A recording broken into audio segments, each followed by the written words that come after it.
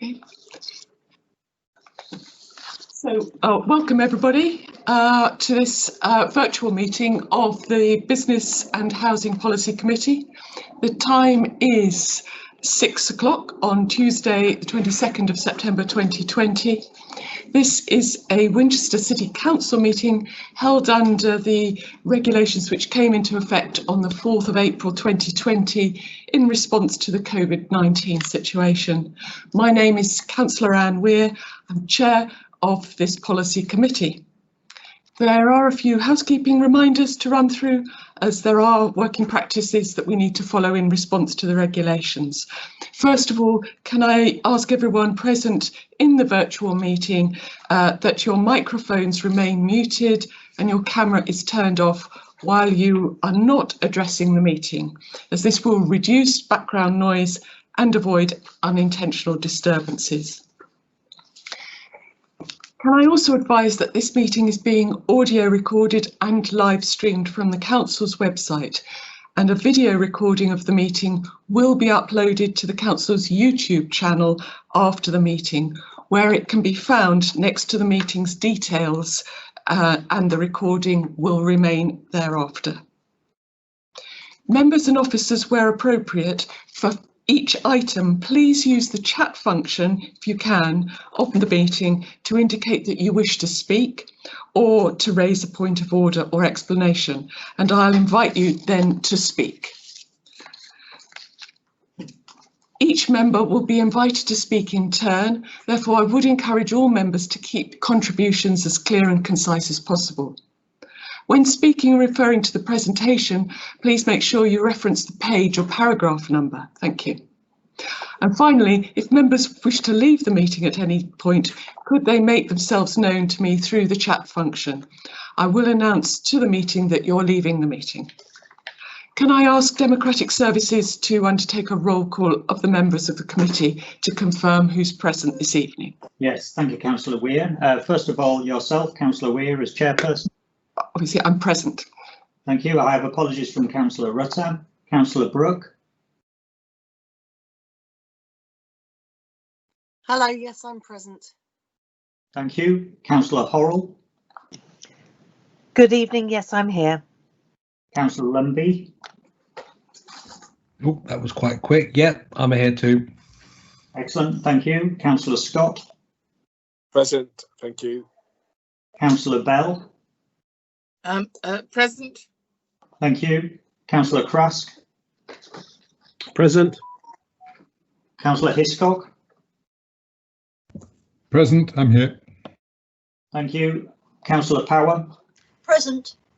And Councillor Clear as deputy member. Good evening, I am present, thank you. Thank you, Chair. Would you now like me to proceed and give the officers who are present in the meeting? Would you do that? Thank you. Yes, of course I will. Yes. Chaz Bradfield, Strategic Director Place. Gillian Knight, Corporate Head Housing. Kenna Shan Young, Housing and Social Inclusion Manager. And Andrew Gostelow, Service Lead for Economy and Tourism. And I'm here in the St Giles room. That's Dave Shaw from Democratic Services. And we're supported this evening by Matthew Watson from Democratic Services in the middle room for it. And also present in the meeting this evening is Monica Gill, representing TACT as well for it. And I think we have Cabinet Member Councillor Lerney present as well. Okay. Thank you, Chair. Thank you. We've had apologies for absence. Yes, there's a mention when we did the roll call. We've had apologies from Councillor Rutter, Chair, and we also have Councillor Clear here as deputy member. Thank you. Thank you. Okay. Moving on then to item 2, disclosure of interest. Do I have any disclosures of interest? Yes, please, Chair. As Councillor Hiscock, I'd like to declare an interest that I'm a county councillor, and there may be items on the agenda which may have some bearing on my position on the county council. Thank you. Thank you, Councillor Hiscock. If there's no more declarations of interest, I'll move on to item 3, minutes of the meeting held on the 22nd of June 2020. The minutes are on pages 5 to 8 of the agenda pack. It's recommended that the minutes should be approved as a true and accurate record. Is everybody in agreement with that? Agreed. Agree. Agreed. Agreed. Agreed. Thank you. Yes, thank you, Chair. Okay, moving on to item 4, to note the work programme for 2020-21, pages 9 and 10 of the agenda pack. Are there any comments on that from members of the committee? If not, I just wanted to mention, I understand that there's an item that has been referred to this committee by the Performance Committee that met earlier in the week regarding the housing company, and I've agreed with the portfolio holder that that will be brought to the December meeting of this committee. Thank you. Okay, moving on to item 5, Chair. And so announcements. I have one announcement, and it's with some sadness that I have to note that Michael Fawcett has passed away recently. Michael played a very significant part in tenant involvement at the council. He was a valued TACT committee member who regularly attended council meetings and most recently the Business and Housing Policy Committee, and ensured that tenants' views were always taken account of by the council. He was an enthusiastic participant and he brought his business know-how to TACT and gave a lot of his own time to work with us on the council for the benefit of all tenants and shaping our council services. The council and this committee is very grateful for the positive contribution Michael made to the formal governance process and housing service development. He will be greatly missed by TACT and his council friends. He was a genuinely nice guy, and all of us who knew him really recognised that he was so interested in what was happening. I understand he had a long career in the soft drinks industry and in international sales, and my understanding is that he brought that expertise to bear on his contributions here. I think we would all extend our condolences to those who were closest to him. Thank you. Hear, hear, Chair. Thank you, Councillor Horrell. Public participation. Do we have any public participation this evening? We've got no members of the public registered to speak, Chair. Thank you. Okay. I think therefore we'll move on to the business items, starting with agenda item 7, which is the restoration of works. Can I just remind members again that if you wish to speak on this item, please make this known through the chat function within the meeting, and we'll come to you in turn after the presentation. Thank you. I think, is it Julie Knight is presenting first, or is it Andrew? No, Andrew Gostelow. I think you're going to present to us first, Andrew, on the economy restoration plans. Yes, that's right. Thank you very much, Chair. Just check I've got everything right. You can all hear me and see me. We can hear you, Andrew. I don't think we've got the presentation up on the screen yet, so just bear with us.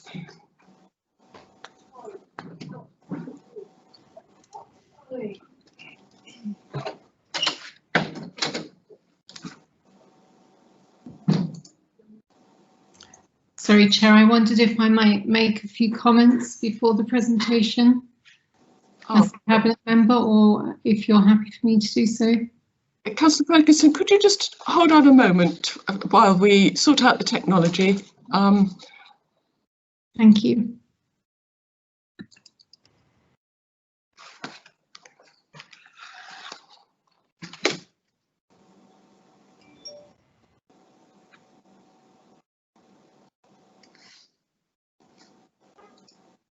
Well, first of all, can I welcome you to the meeting, Councillor Ferguson? I don't think we were expecting you, but it's really good to hear you back. I understand you're making good progress. perhaps while officers are sorting out the presentation, you would like to make your remarks on this paper. Thank you. Thank you, Chair. Yes, I would just like to make a few comments. Really, firstly, on the economic outlook. What I really wanted to say is, obviously, for the district, as for the country as a whole, the economic outlook still remains relatively bleak. Particularly in the district, we've actually seen a number of businesses closing recently, particularly in the retail and hospitality sectors. Those have included Pizza Express in Alresford and Whiteley, Patisserie Valerie and Starbucks in Winchester. And we've also seen the businesses that are closing affecting both national chains and our independent businesses. So again, places like Laura Ashley, although they were in trouble before the pandemic, but TUI have closed in Winchester and Whiteley. And for the independents, we've seen the City Cobbler and the Bakehouse close in Winchester. Our unemployment rate for the district is up. It's lower than the national average, but at 3.7% as compared with 1.1% a year ago. It's really, it's 3 times higher than we saw a year ago, and it's its highest level since 1994.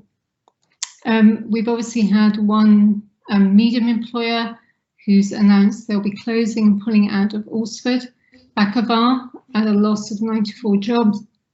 And there is a real need for us to look at what we can do to support our remaining businesses, attract businesses to the district, and look at how we can create job opportunities as we see the economic picture worsening. I also wanted to comment that the new restrictions recently introduced by the government, very recently in fact, the rule of 6, the new legal requirement, as opposed to an advisory requirement before, for businesses to track their customers, the closure of our pubs and restaurants at 10 o'clock from Thursday. These new restrictions will continue to hit our businesses hard. And I know from talking to businesses on the high street that they are very, very wary of any second lockdown, even if it was only for a very short period, because they say it would be absolutely disastrous for those businesses. You'll see from the presentation tonight that we are, as a district council, doing all we can to support our local economy. So this involves making sure there is up-to-date business advice, particularly as the government regulations continue to change, ensuring businesses are able to apply and receive any grants that are available quickly, and to make sure we as a district continue to bid for and gain as much central government funding as we can to support the local economy and its recovery.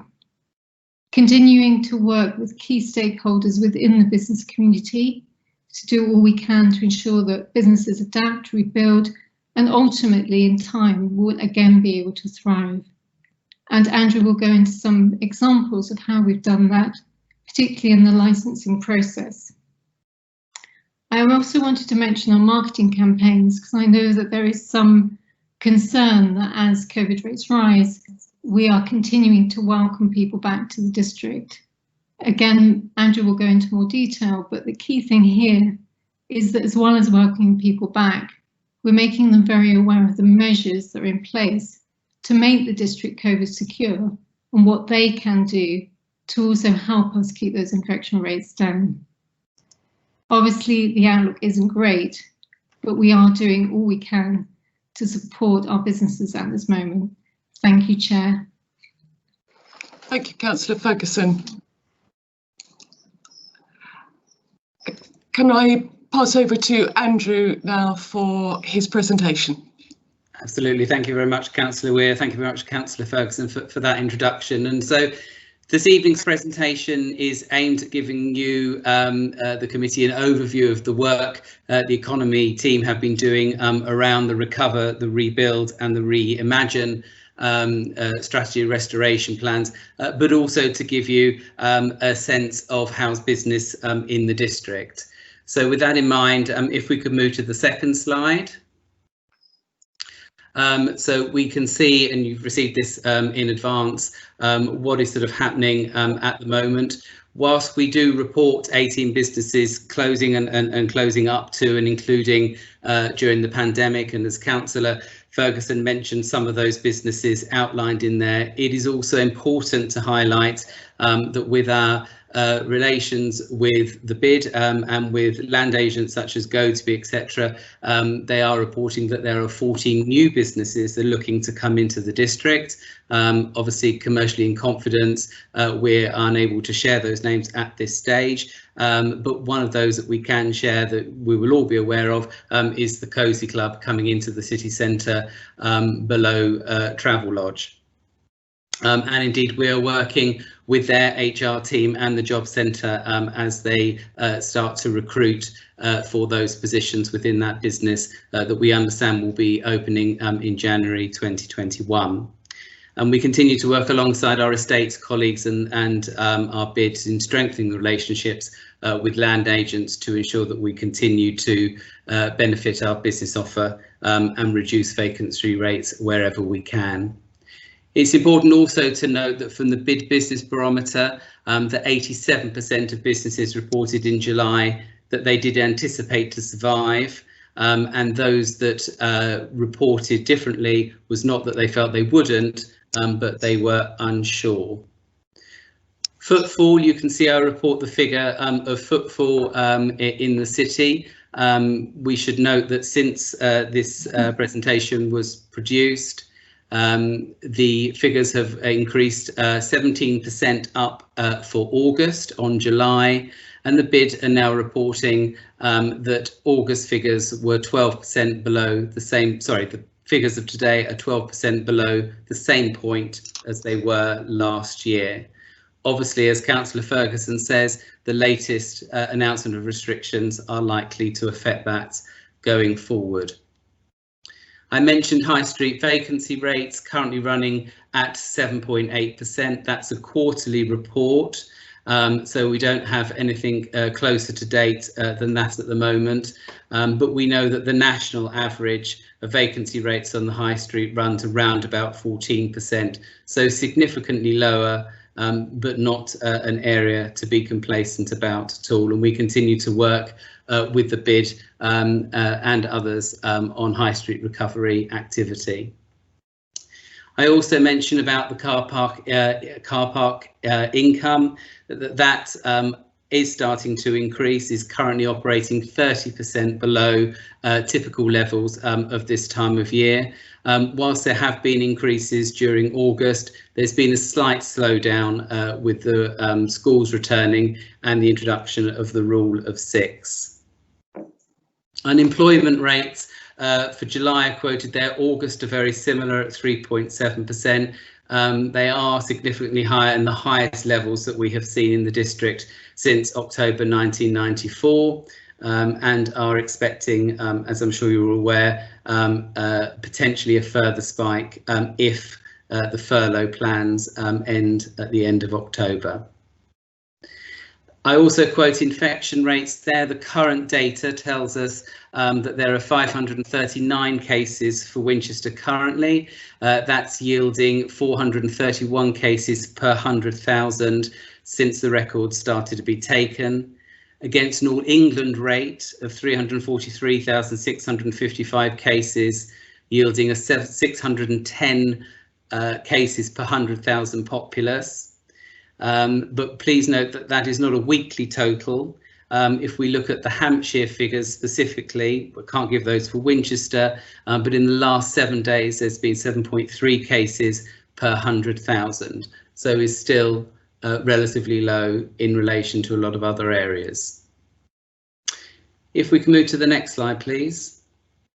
So if we start to look at Recover, certainly one of the strongest focuses have been around a partnership approach.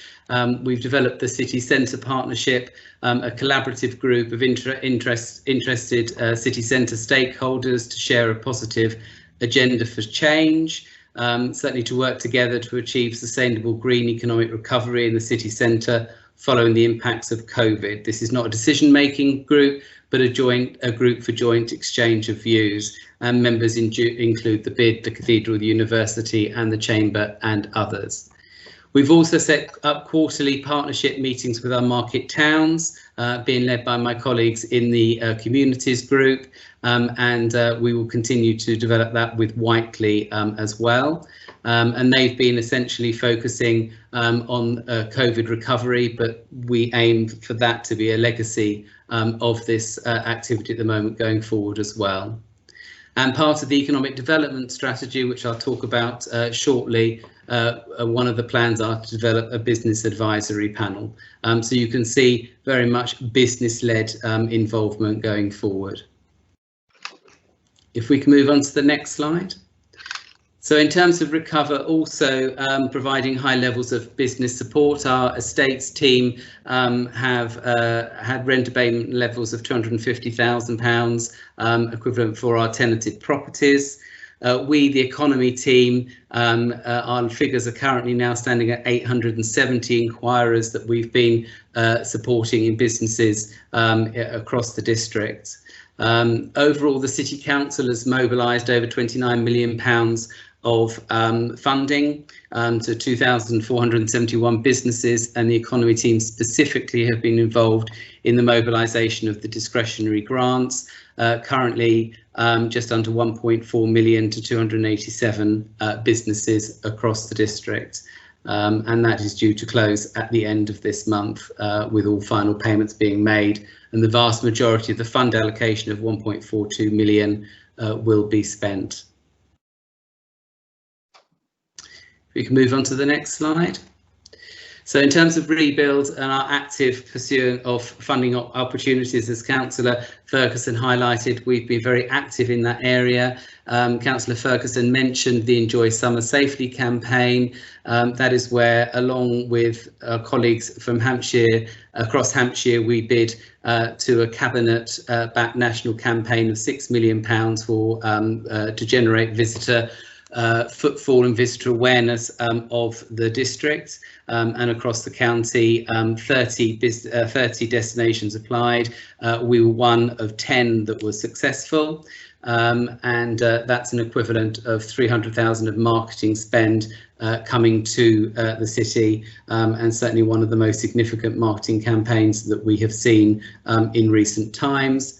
The campaign went live on the 30th of August and is now coming to a close. It focused on Hampshire residents and those with a 2-hour drive time, multi-channel campaign running across billboards, newspapers, etc., including partners such as the Daily Telegraph, Condé Nast, Traveller, Forbes, local news websites and so forth. We've also secured, as you'll be aware, funding to develop the Voltex site for additional park and ride. We're also working with partners Basingstoke and Dean Borough Council and Rushmore on a digital growth factory project, EDRF funded, which will develop support for industry re-emerging from COVID-19 in terms of commercialisation support, acceleration support, incubation and scale up support to the equivalent of £2 million of funding. And there's going to be a specific focus around COVID-19 as well for non-tech sector SMEs to support those to adapt to a more digital age. And then finally on that slide, we have secured EM3 and central government funding to support the recovery of the high street, and part of that will be a tailored business support programme to extend the work that we currently have with our partners with InkyHive. We can move on to the next slide, please. So Rebuild also helping businesses and trade. You'll be aware that the market has moved back to the high street, to the Broadway end since the 6th of September, and mixed and positive reviews from that. And as Councillor Ferguson mentioned, we've been working with our licensing colleagues in terms of supporting businesses with their licenses for tables and chairs permits to extend their space to trade. And have actively engaged with 20 to 25 businesses around that specific guidance, and we continue that work going forward. We can move on to the next slide. So then in terms of rebuild campaigns, our Visitor Information Centre has reopened. Whilst we are seeing around about a third of the numbers of visitors that we would normally expect, interestingly, our average spend per head has increased and has been a welcome addition back to the high street from our businesses as well. We have moved into the second phase of our visitor economy marketing plan, which we are obviously monitoring very closely now in relation to the latest changes. But we have been active around our Rediscover What's on Your Doorstep programme, which is all about focusing on residents spending time locally, spending time and not going too far, and spending their time actually in the district. And one of the key things has been to push the footfall across the district, so not just focusing on any specific areas. We've done some activity around that. You may have heard a Radio Solent interview with our tourism manager. We have coverage in the October version of the Hampshire Life and the November version of Winchester Magazine. We also mentioned, Councillor Ferguson mentioned that we've produced a film which positions the whole district of what is here, but it's not just about what is here, it's about what measures have been put in place to ensure people have confidence to come, but they understand what's expected of them as well. And you can see that video on the Visit Winchester website homepage. And then the next steps of that campaign will be outdoor advertising, but we'll be monitoring that situation quite closely. And then finally on that slide, we will be working with our festivals partners and have a meeting with them tomorrow to explore more fully of how we can reinvent a festivals programme for the coming year. Obviously, in these significantly changing times, with a festivals programme that is planned a long time out, can be quite difficult, but we recognise the importance of the festivals and events programme to our residents and to our businesses and to incoming visitors. So we want to see where we can support in those areas too. If we can turn on to the next slide, please. And then REIMAGINE, the economic development strategy, currently in production. A significant focus of that new strategy will be very much around collaboration, working closely with businesses and all stakeholders to ensure that strategy has been developed in partnership. And very clearly quantifies the current situation and looks to very closely engage and shows ways in which to adapt, businesses to adapt and change, with a very strong message of how we can recover together and shift effectively to a green economy. So trading on the economic shock of COVID and how that legacy can be turned to a positive going forward for the whole district in terms of economic development moving forward. And then finally, the next slide, which is the last one, also on REIMAGINE, is working with Councillor Weir on a digital Winchester district task and finish group, the purpose of which is to make the case for a digital Winchester to provide a platform for discussion and debate around the whole digital agenda, probably along the lines of what we saw with Hampshire County Council with the Hampshire 2050 Commission, so that style of platform, but exploring what digital Winchester means for the council, for the residents, for businesses, students and communities, the benefits of 5G, etc., and the experience of digital connectivity during COVID and what we can learn from that. So that concludes in the main the areas in which I wanted to discuss and highlight to the committee the work of the economy group, and happy to hand back to the chair and take any questions. Thank you, Andrew, for that very detailed insightful presentation. I think it's really good to bring us up to date, and with Councillor Fergus's contribution. Can I just say a couple of things? I'd like to congratulate your team on the successful bids that you've put in so far, and wish you every success for those that are still in the pipeline. I think that's very welcome news, the funds that are coming in our direction. Can I also congratulate your team on the Welcome Back film, which I saw when I was participating in the TEDx Winchester last week. So I was very proud to see that film as part of the exhibition at TEDx. Well done to you all. And also for the work that you'll be doing on the festivals programme. I know how important that is. Anyway, can I open up now to questions from members of the committee? Chair, shall I summarise some of the questions we've got? First of all, Councillor Scott. Okay, Councillor Scott, would you like to fire away? Yeah, thank you, Chair. Thank you, Angie, for a great presentation. Just points on your first slide, the impact of unemployment. Just wanted to sort of tease out a little bit more from you, if I may. Obviously, seeing that unemployment is going up.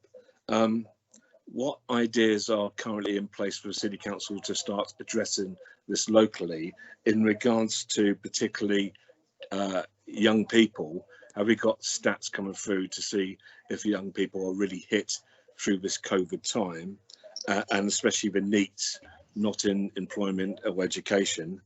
And has the students coming back into Winchester, do we know yet if that's going to be a very positive move for the economics, or do you think it's going to have a further strain on the economics of our city at this moment in time?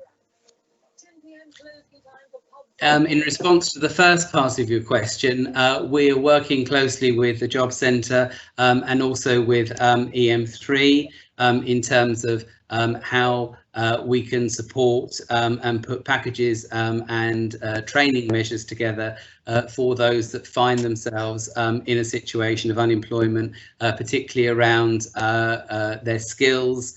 Some of those individuals potentially have not been in an unemployed situation for a number of years, and how they can reposition themselves for future employment. So we're certainly starting to work, as I said, with the Job Centre and EM3 on that basis, and we'll continue to do so. And you heard me say when we hear that we have new businesses coming into the district. So with Cozy Club, for example, we start as early as we can with those organisations in terms of recruitment of our residents.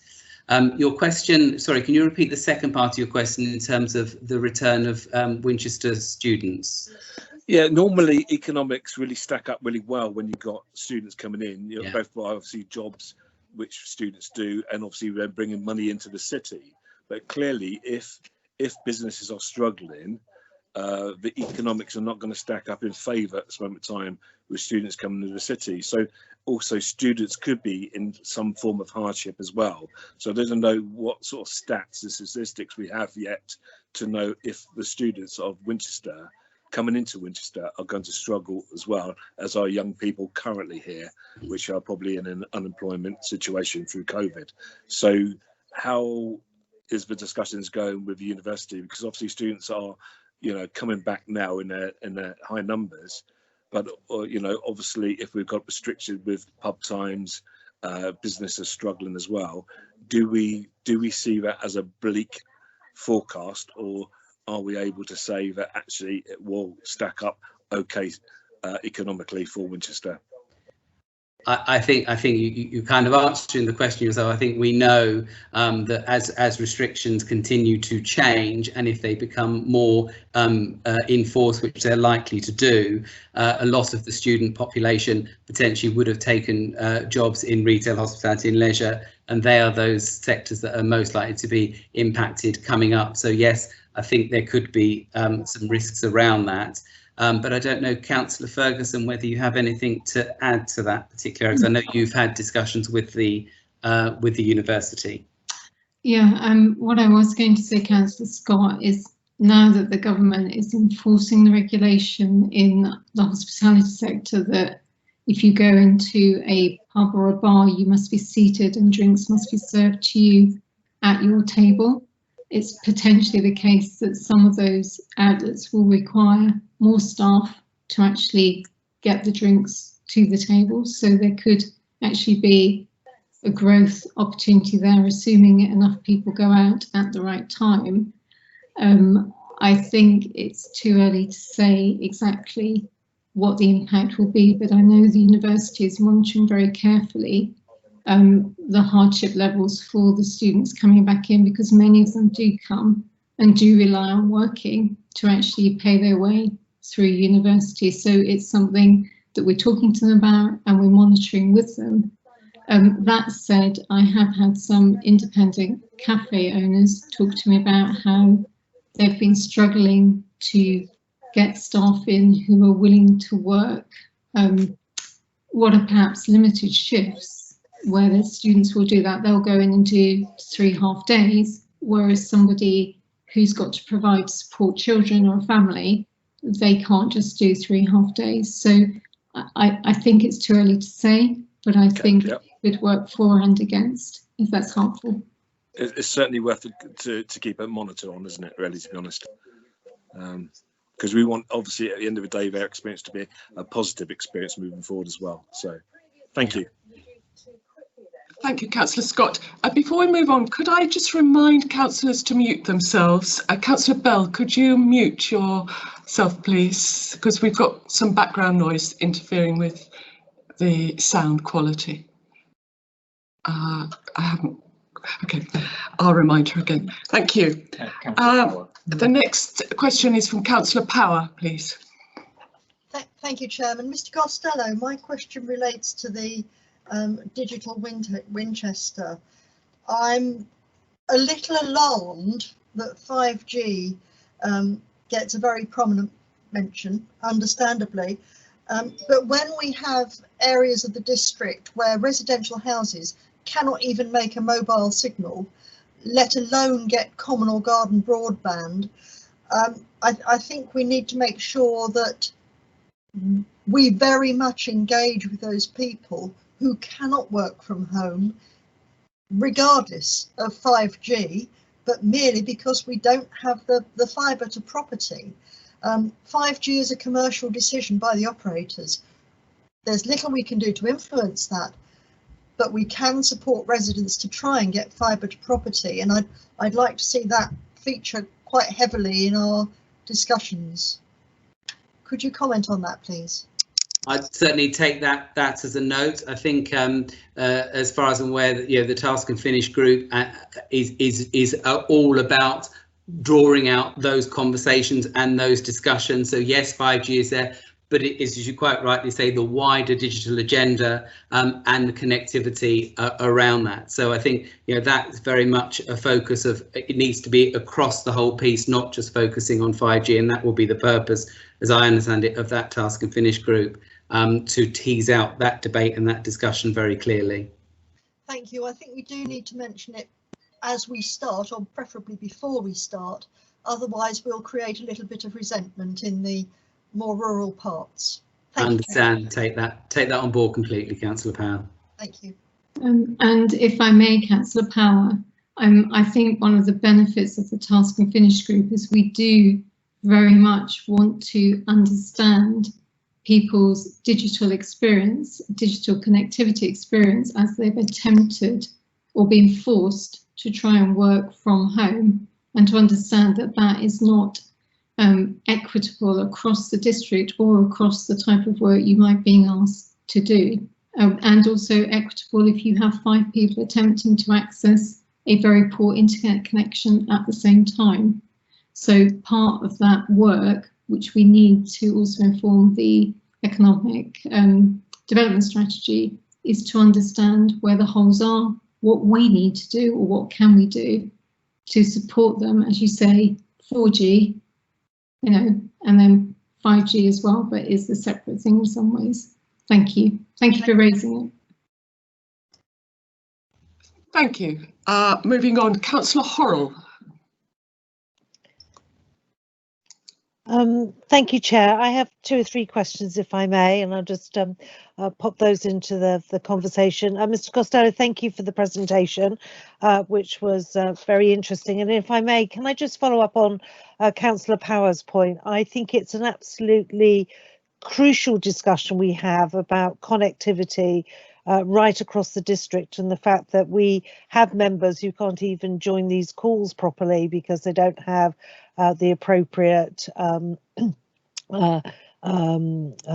providers giving them access to just basic broadband and being able to log in or just even watch an iPlayer download. So I think there is something much more fundamental that we need to address, and we know many businesses are suffering, and obviously with the economic piece, because they don't have good connectivity. You know, they have to, you hear stories of them having to do work and travel X miles down the road to process their work because they can't get a good enough signal where they are. So if we're going to really own this, I think that I would agree with Councillor Power, the document should be perhaps amended to make that point.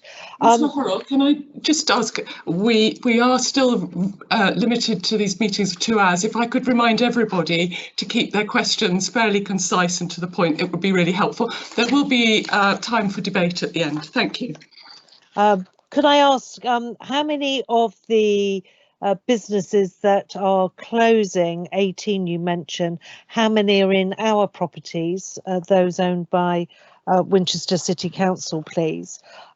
Could I ask why, in a very good video for Visit Winchester, thank you for doing that, we didn't really feature much about the countryside? It was very focused on market towns and cities.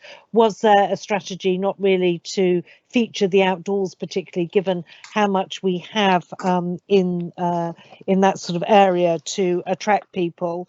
And also, could I ask, are we, in your efforts to bring new people into the city, I think you said there were several conversations going on, are we making that attractive for those newcomers by giving them incentives to come to Winchester as opposed to another location? Thank you, Chair. Thank you. So if I remember all of those questions, I'll do my best. The first part of the question, in terms of the film, as you can imagine, trying to achieve a whole number of different outcomes in a 2-minute film is quite difficult. It started off life as a film to reassure visitors and residents what COVID measures had been put in place. We extended that to give a picture of what is available within the whole district, and to try and influence people to travel, to explore the whole district, and to spread the economic benefit as wide as possible. But of course, it is about economic benefit, so it is about people spending, and so yes, we did have some shots of our, you know, our green spaces, our outdoor spaces, and we used the caption at the beginning and at the end. But yes, there was a focus on where people can actually spend money as well. That was the first question. Sorry, just remind me of the second bit. How many of the 18 closures were in any of our buildings, please? I would need to come back to the committee with that detail. I don't have that detail myself, unless I know Chaz Bradfield is on the call. I don't know whether he has that detail. No. I can come back on that. Yeah, Mr. Bradfield doesn't have that detail. Okay. And the third part of your question, sorry, remind me. How are you giving incentives? You said there was interest in Winchester. Are we giving any incentives to try and encourage people to come to our district as opposed to other locations if they're looking for new premises? So we're developing, you know, and continuing to grow our activity in terms of inward investment, and in terms of our relationships with those land agents. When you say incentives, if you're referring to, for example, business rates incentives, then no, but it's around dialogue and communication and partnership activity to try and encourage businesses to understand, potential businesses coming into the area to understand that we are growing, we are vibrant, we are collaborative, and we're partnership based district where we can support them. So that's sort of where we're starting to sort of reposition what we do. Thank you very much. Thank you. Councillor Lumbey, if I could ask you again to keep your questions concise, it would be really helpful. We are falling a little bit behind time. Thank you. Thank you, Chair, and thank you for the reminder. I will seek to rush through my questions. First of all, Andrew, thank you very much for an, as ever, excellent presentation. A few things. First of all, is there anything else that you feel you would like that we could have done? Do you feel we've done everything that we could, or is there anything else that you would have liked to have seen us doing? And secondly, do you think we are engaging sufficiently with the district? I mean, you talked about a quarterly catch-up with town centres. That's one before Christmas. We haven't established contact with Whiteley.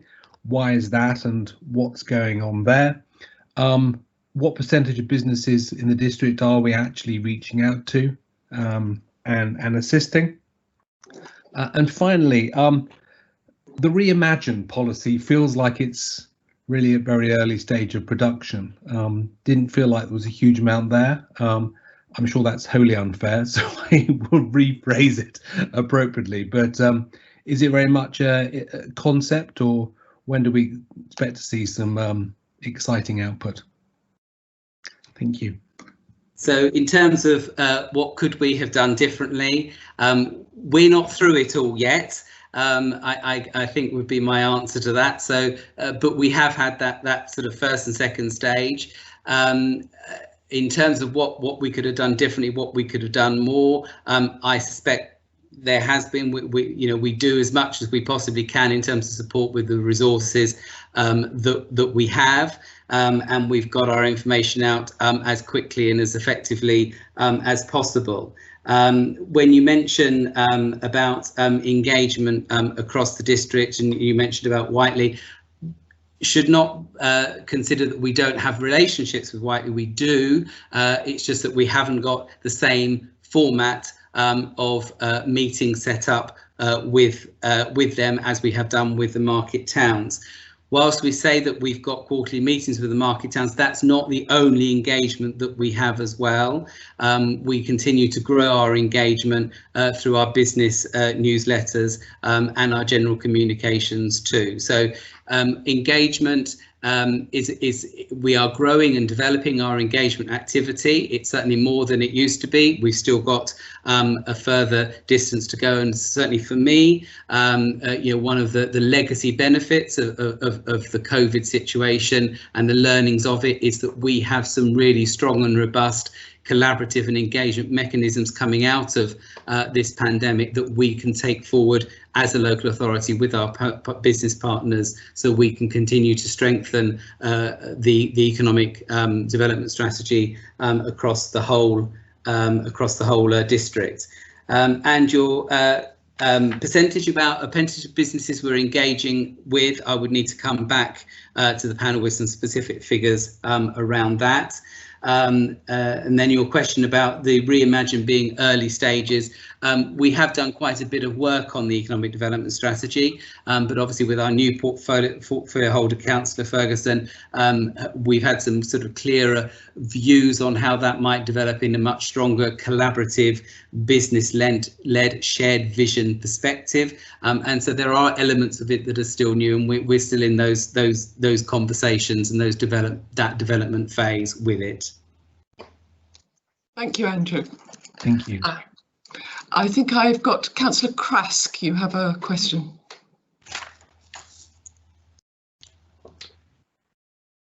Thanks, Chair. Thanks, Andrew. Just wanted to check, first of all, obviously REIMAGINE speaks to the Digital Winchester District Task and Finish Group. That also appears as an appendix item later on the agenda. Is it appropriate to ask questions on that now, or more later perhaps? That second part isn't in connection with me, I don't think. So we're due to come back to the discussion of the task and finish groups at the end of the meeting. We can, if you want to raise detailed questions about the task and finish group, I suggest we take them at the end of the meeting, which is an incentive for us all to move forward. Very good. I will hold my tongue for now. Thank you. Thank you. Were there any further questions? Councillor Brooke. Hello, thank you, Chair. I wanted to focus more on Whiteley as well. I just wondered if we have the statistics for the footfall actually in Whiteley as our second largest retail area. Having gone over there, they've put all sorts of safety measures as you'd expect in place, but it did look pretty much business as usual when I went there. So I wondered if the footfall there has gone up significantly, if we had any stats on that. We do have stats on that. I don't have those in front of me here, but I would certainly echo your sentiments. Certainly the visits that we have made to Whiteley, and also our conversations with the management team there. There have been, I think, two units, one of which was already closed pre-COVID, but the visitor footfall numbers have been relatively strong. And again, I can come back to the panel with some specifics if required after this meeting. Thank you, Andrew.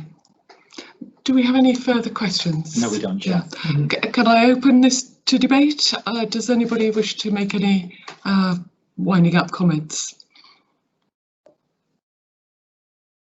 I'm not seeing any hands waving on for debate, so I think given the time, Councillor Horrell.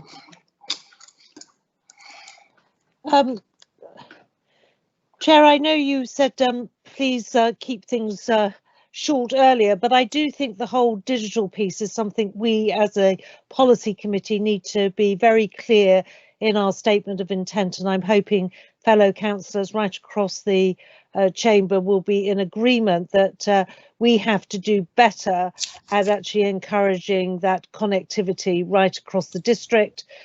For housing, but also for businesses at a very basic level that they can join in. And given the world that we are in and likely to be in for some future months, I think it is incumbent upon us to make sure that we focus our efforts in that very important activity. Thank you, Chair. Thank you. Chair, it's Councillor Clear. I'm afraid I'm having trouble with chat and to raise my hand. So please may I ask that I just say a few words in debate? Absolutely. Go ahead, Councillor Clear. Thank you so much. May I say thank you for the presentation, Andrew. Very well accepted. And just to say that our engagement here in Wickham with Winchester during COVID has been very good. You've been very helpful, and I would just like to say thank you. And I believe we have another meeting very soon with you all. So just to say well done. As far as we're concerned here in Wickham, you've done a very good job, and thank you very much. Thank you, Councillor Clear. Comments. Councillor Lumby.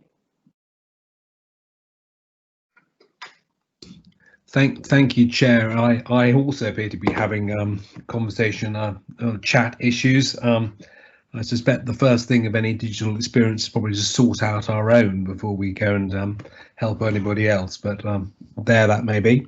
I am concerned that we make sure that we keep engaging with all parts of the district throughout, and that goes all the way down actually as far as rural businesses, community stores, which have seen a change and which will be entering into a more difficult period, I suspect now with the new Rule of Six and other matters. I have a slight concern as to why I've seen no reference at all to the campaign. I've heard nothing at all. Now maybe I just read the wrong edition of the Daily Telegraph, I don't know, but I have heard nothing about it, and I would have thought we will be wanting to ensure that our people in the district are returning to our market towns, are using our local shops, but also coming into the city. I was in there earlier in the week, and I just wonder whether something may be missing there if we're not actually getting that through. We spent a lot of time handing out government grants. That's been brilliant, and I think we've done a wonderful job getting those grants out. I am still getting emails in my post bag from people with concerns, and I do think we need to keep engaging with them, and I do think we need to be ensuring that our policies for rebuild and for reimagine are out there and in effect as quickly as possible, so that effectively we don't find that someone else steals a march on us, and we get left behind in that. And that includes, I think, full engagement with Whiteley to learn from them.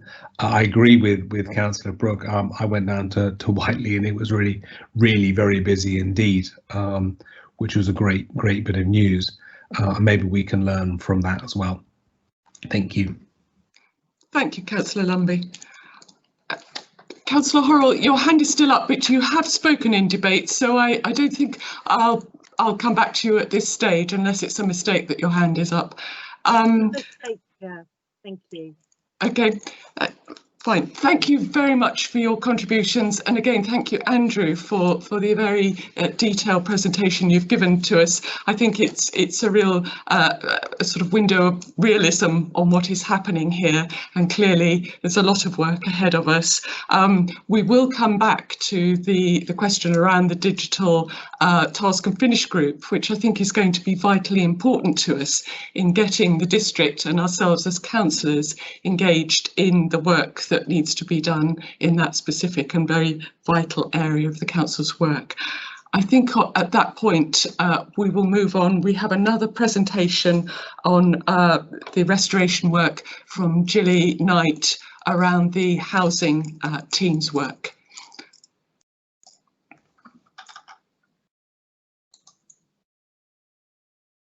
Gilly, are you with us? Yes, good evening, Chair. Good evening, members. Thank you. Did you want me to wait until my slides? I think we have. Or shall I do an intro? We have your slides now on mine. Is this not showing on the? It doesn't seem to be, Chair. Okay. Chairman, we do have them on our iPad. It is showing. Yes, but they are on the iPad, but not showing. Oh, it's not showing on the public screen, Councillor Power. Gilly, would you like to make a start? Because absolutely, yeah. I think it's time is pressing on. Sure, of course, yes. Really, as my slide would say, if you could see, we're back to business as usual, and I'm inclined to say that we have been quite early on in the pandemic. We were pretty much back to normal within a couple of months, simply because our services are essential, and we need to be out in the community, and we need to be supporting our tenants and our homeless households. We maintained all of our essential services with new home builds continuing to build. I think they paused for 2 or 3 weeks, contractors, whilst they rearranged their social distancing working policies and became COVID secure. A little tiny bit of slippage there, which we're working hard to try and catch up on. We also were supportive of the local community. We're out and about with our community safety team. Many of our officers were taking on lots of different roles and working quite closely with our partner voluntary agencies, who we really couldn't have done without. They really did step up to the mark, particularly those agencies that were helping the more vulnerable parts of our society. We continued with, we were soon visiting people safely in their homes. We were blessed with the weather, obviously, so that we could conduct sign-ups out in the council car park at times, sometimes in people's gardens. But we were able to manage that, sort of maintain that sort of watchful eye on our tenants and our homeless households. I guess our main, sorry, next slide. Oh, that's the wrong presentation. Our major projects obviously are the continuing to develop our new affordable homes, and we were looking to do that in a new and ever-changing environment. There are problems with contractors. We are also trying to balance our new developments, obviously, with our aim in carbon reduction, and that also has taken a little bit more time in trying to make sure that we're getting the right planning developments of our new properties to include all of those options as much as possible. We've been looking for opportunities to extend the New Homes programme. We have got some larger projects kind of on the wish list, and we're hoping that those developments will be a bit larger to clearly be able to address some of the issues that appeared from lockdown, and that was around the importance of open space and inequalities in housing. For many key workers, we're living in, as I said before, in very overcrowded accommodation, and we need to look at problem solving in a slightly different way and lead by example and design new homes that promise health, resilience and well-being, and the team continue to plan for that. We've also managed to maintain our Decent Homes programmes. We had the return of our external maintenance programmes back by about July. So we had the roofing programmes predominantly return at the beginning, and then as our residents became a little bit more confident, they were able to allow contractors into their homes to begin their bathrooms and kitchen work. So there's slippage there, but we're trying to catch up, and there is obviously still reluctance among some members of our residents that maybe aren't as keen to have contractors in, but we're working hard on that. Osborne's and PH Jones have returned, and they remobilised fairly quickly. We are a little bit of slippage there again in that, but very small numbers, something like 15 left over from COVID from PH Jones, and something like, I think it was 40 odd that of repairs that need to be done by Osborne's, but some of those are around ringing people up, and actually the repairs no longer needed, wasn't as urgent as perhaps first thought.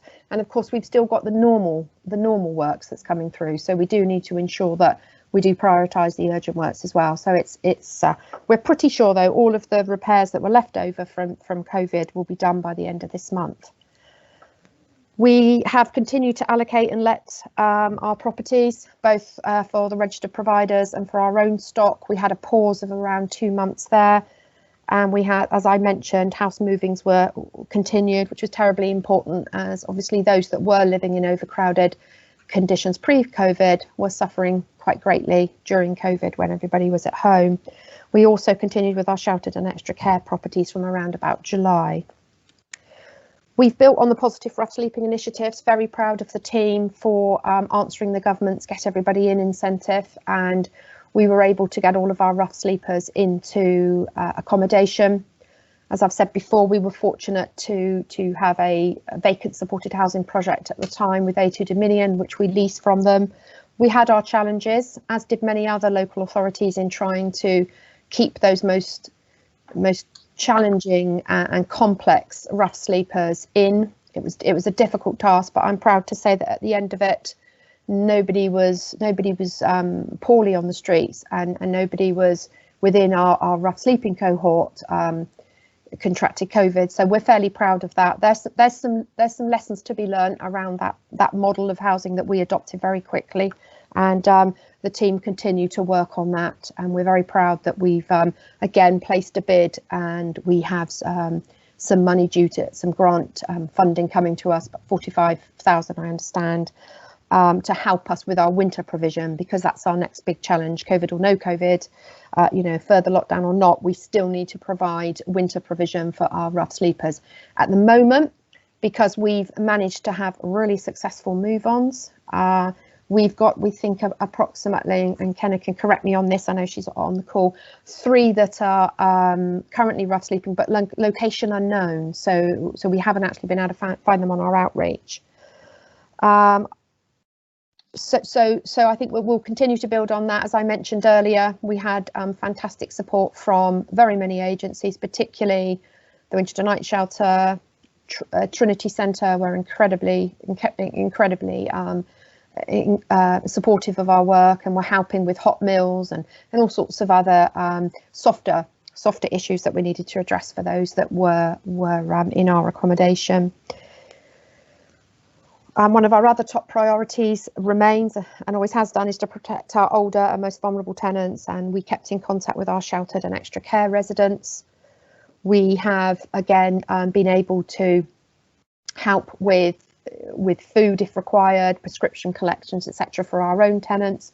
And we were also largely involved in the local response centre with our community safety officers and our tenancy officers and many other delivering food and helping the basic banks with delivering food, collecting food. So really made some positive relationships there which continue.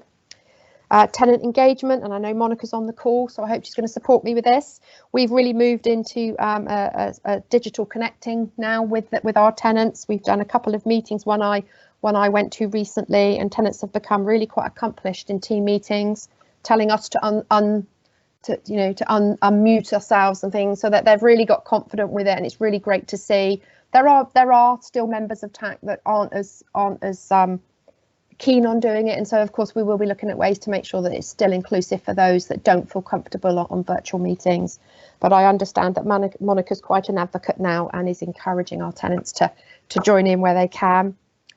And I suppose when I say focusing on our everyday business, we're always also focusing on our carbon reduction modelling within our new homes programme, which I've touched on, and our property refit programmes. And we're working very hard there to make sure that we can come up solutions for future-proofing our housing stock and our new homes for the future. I haven't got lots of REIMAGINE, but we are, as I say, we are learning from the lessons that we learned through COVID and the different ways of working and how important it is to work in partnership. It was great across the council to see all the different officers working with each other from different teams that wouldn't normally. So we're certainly trying to build on that and reimagine ways we can work slightly differently as we go forward. So I hope that's been helpful. I'm quite happy to take questions. But as I say, we've been business as usual for quite some time now. Thank you.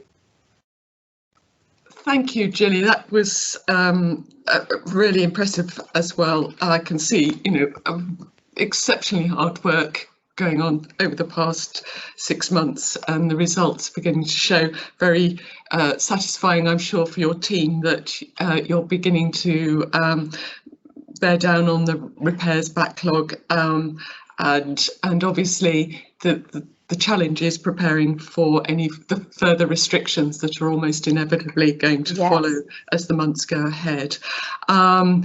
Monica, you're an expert, I understand, on this system. Would you like to make a comment before I move on to councillor questions? I'm not sure. I'm not sure that I'm an expert. Can you see me? Can you? Yes, we can. Oh, good. No, we are trying to encourage. Unfortunately, as was said earlier, some of our TAC members live in the countryside, no broadband, no Wi-Fi, so they can't join in, and they're now beginning to get a little bit despondent, I think, because they can't take part in some of these meetings. We have sort of suggested that perhaps we bring, I'm going to bring my vice chair into my house, and she's going to do the meetings from my house, because we can have 2 people, I think, as long as we're separated enough, because she's got no broadband, she's got no Wi-Fi. But we have got quite a lot of interest, really, in people that you least expect it of, and it's mainly the elderly people that are really quite interested, not so much the youngsters. That's a really good reminder, actually, Monica, because we've talked about that in the team, actually, and can we help people to get digitally connected? As a landlord, can we help with the payment of digital connection?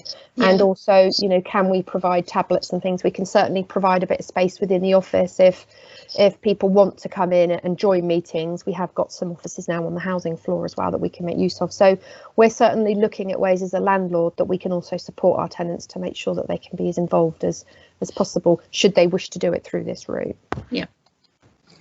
Well, Monica, I think there's one action point arising from this, is that we will make sure that TACT are fully engaged with the Task and Finish group on digital connectivity. I think vitally important, and thank you for raising those issues with us. Were there any other comments on the housing presentation that you'd wish to make at this stage? Not at this stage. I mean, as regards sort of repairs and that, the repairs, to be honest, were really quite good. I know somebody rang up and had someone within 2 hours, which is pretty good, really. So yeah, I mean, and also the going around with all the people that were vulnerable. There was another group that went round and did meals. I know that they were having meals every day at 6 o'clock.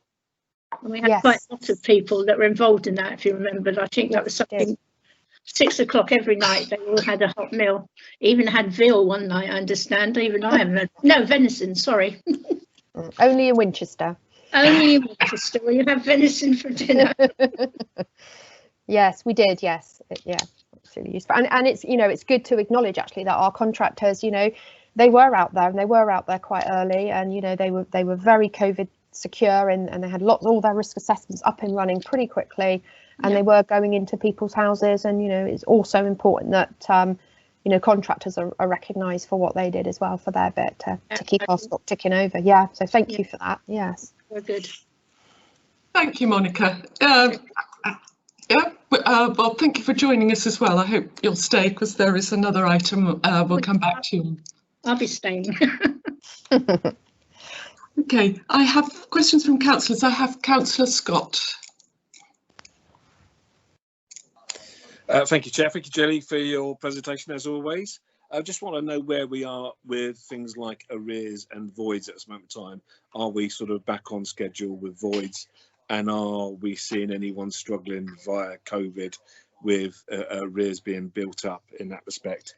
And in regards to the general tenants' well-being, do we know sort of like, have we got a handle on how our tenants across the district are feeling through this COVID nightmare at this moment in time? And one last point is, it's great that the new home delivery program wasn't disturbed for only a matter of a few weeks. Even the Valley was back up and running. But I'm still sort of banging on this drum about building communities, not just houses. Where are we within the housing department where we can actually debate this and dialogue this? I have had good conversations with Councillor Lerney and Councillor Porter on this matter, and I've had obviously good conversations with you on the phone as well, Julie. But where are we as we moving forward about actually making sure we got the facilities and infrastructure in these communities where we're building lots of homes?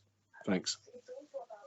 Thank you, Councillor Scott. I wrote them all down this time, so I don't forget one of your questions. Oh, thank you. Very So kind. I hope I don't. Voids, yes, we're pretty much on target with voids. We, as I said, we didn't pause terribly long for voids, so we're on target with that. We're certainly keeping people moving, so that's positive.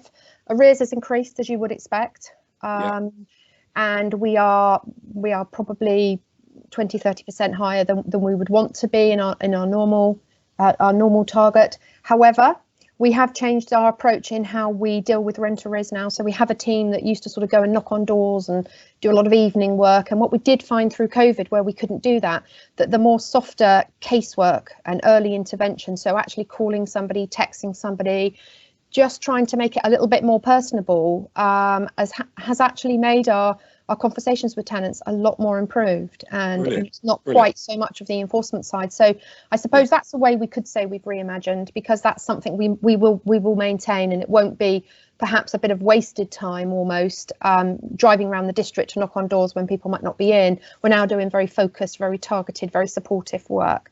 So we work very closely with Terry and the team, obviously, to support people as much as we can. We work closely with DWP.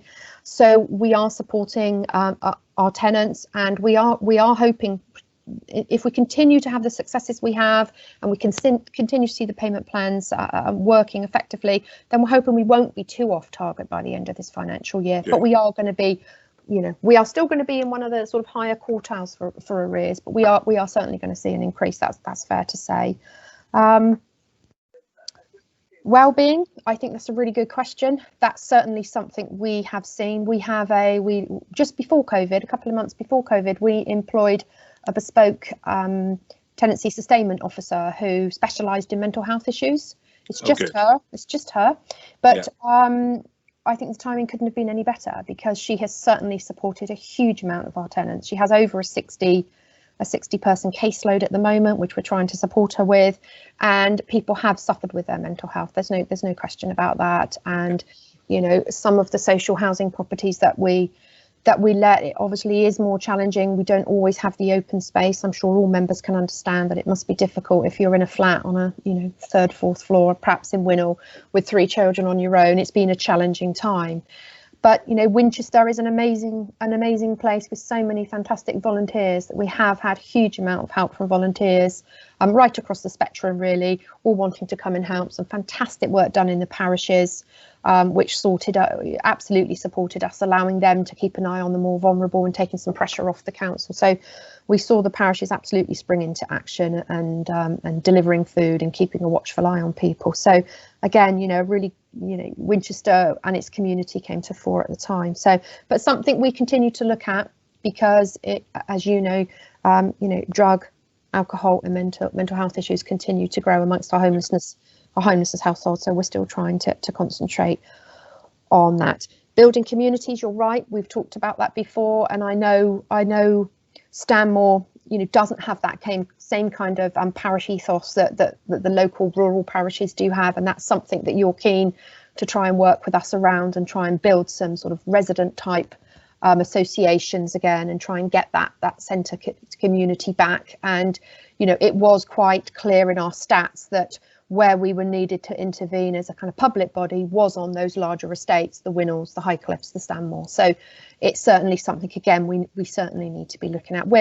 We're doing it through our new builds. We're trying to make sure those open spaces are there, as we've been doing in the past, and trying to make sure that we have got community facilities if we can as part of our build, trying to give back to local neighbours when we are trying to build. So we are continuing to do that, and it's certainly on our radar, and we'll work closely with Sue Robbins and the team around community engagement. Brilliant. Thank you, Gilly. Thank you. Just to advise, I've got 3 further questions, Councillor Horrell, Councillor Power and Councillor Lumby, just in case some of you are not sure that your questions have been picked up. Councillor Horrell.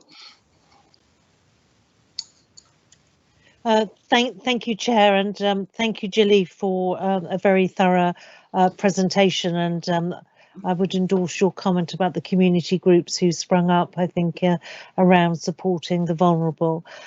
Great news about the £45,000 coming to us for rough sleeping, yes. But we know some of our tenants were very concerned about accessing their properties during lockdown. Are there any actions we're going to take if we lock down further and can't access our properties? Are there other things that we're going to do differently in this sort of next wave that we learned from the first?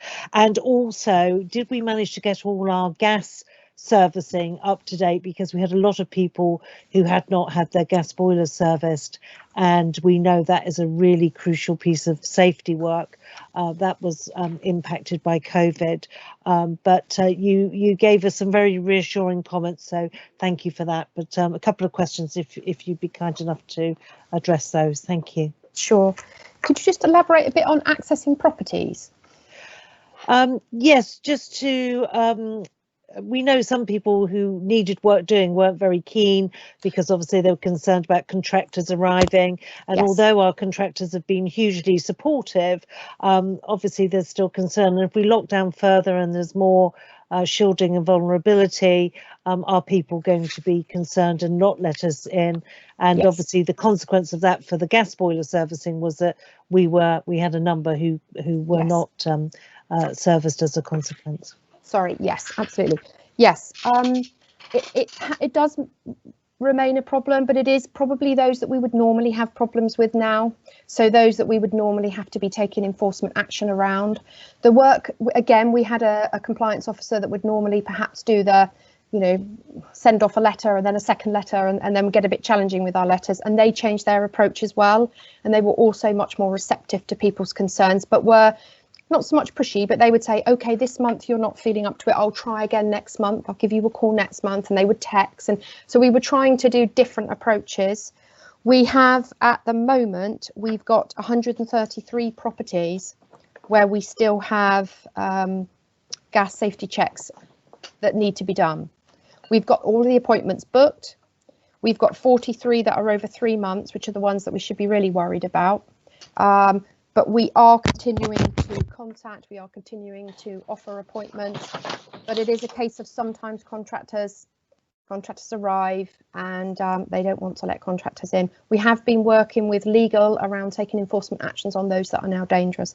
But yes, we do. We still have 133 that we need to tackle, but we have got appointments booked in for the rest of this year up until December. Thank you. An important issue. Thank you.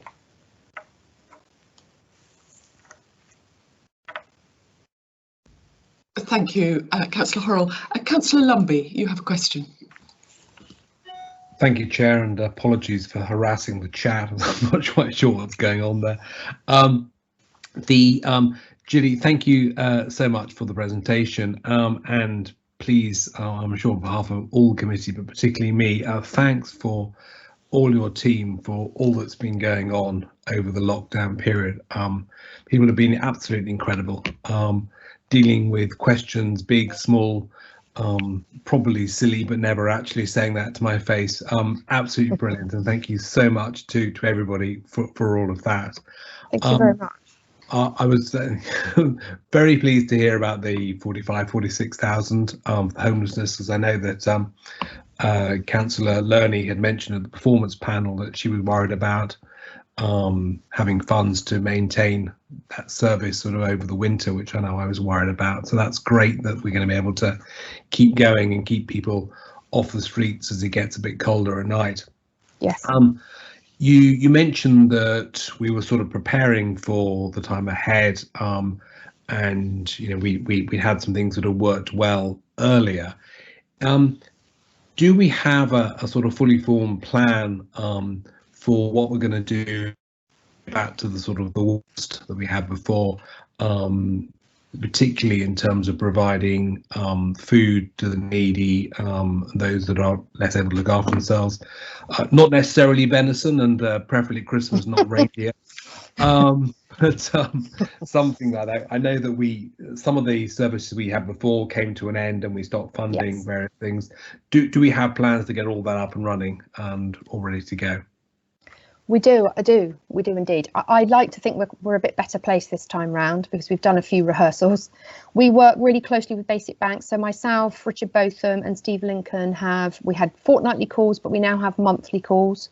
We've helped them with food provision, and we've got a grant that we can help them with around one of the biggest problems that the Basic Banks across the country's problem where they didn't have enough fridges and freezers to keep all the food in. So we've got some grant again that came from the government that we're going to help the Basic Banks to be able to have decent freezers and storage for them. So they're pretty mobilised. They coped really well again.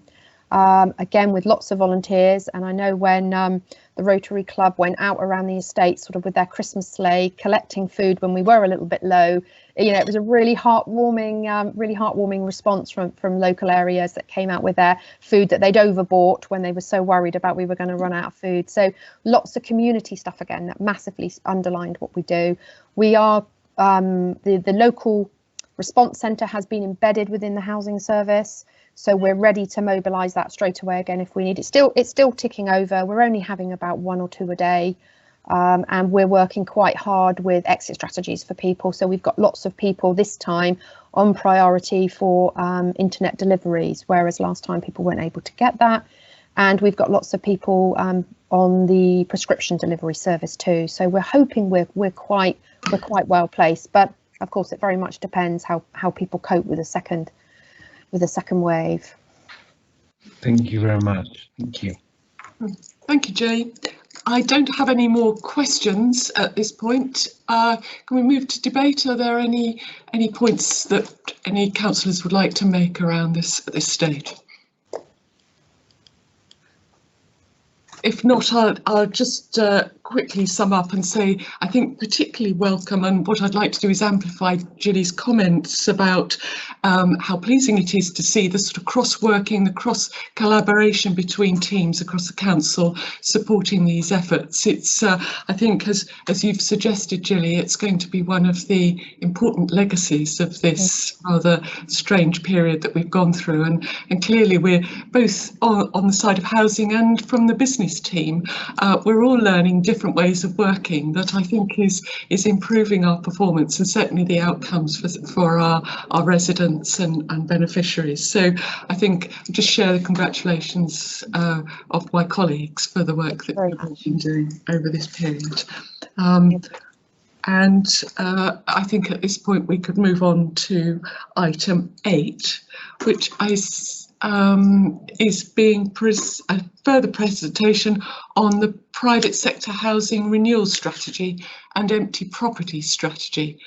And Kenna Shan, you're going to present this for us, I believe. Thank you.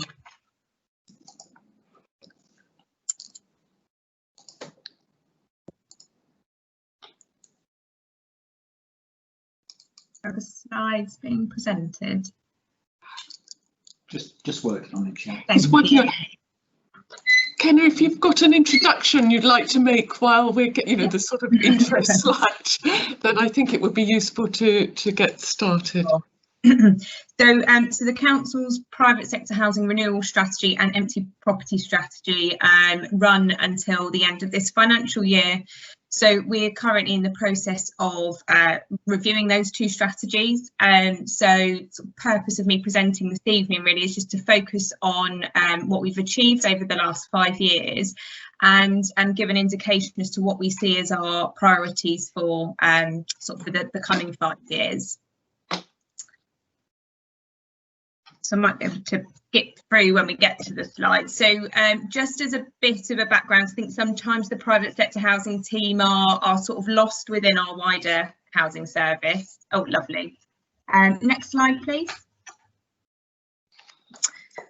So the private sector housing team sits within the Housing and Social Inclusion Service, with the main aims really to provide access to good quality accommodation by promoting high standards in the private sector, support being offered to homeowners to maintain good housing conditions, and promoting energy efficiency initiatives to reduce fuel poverty.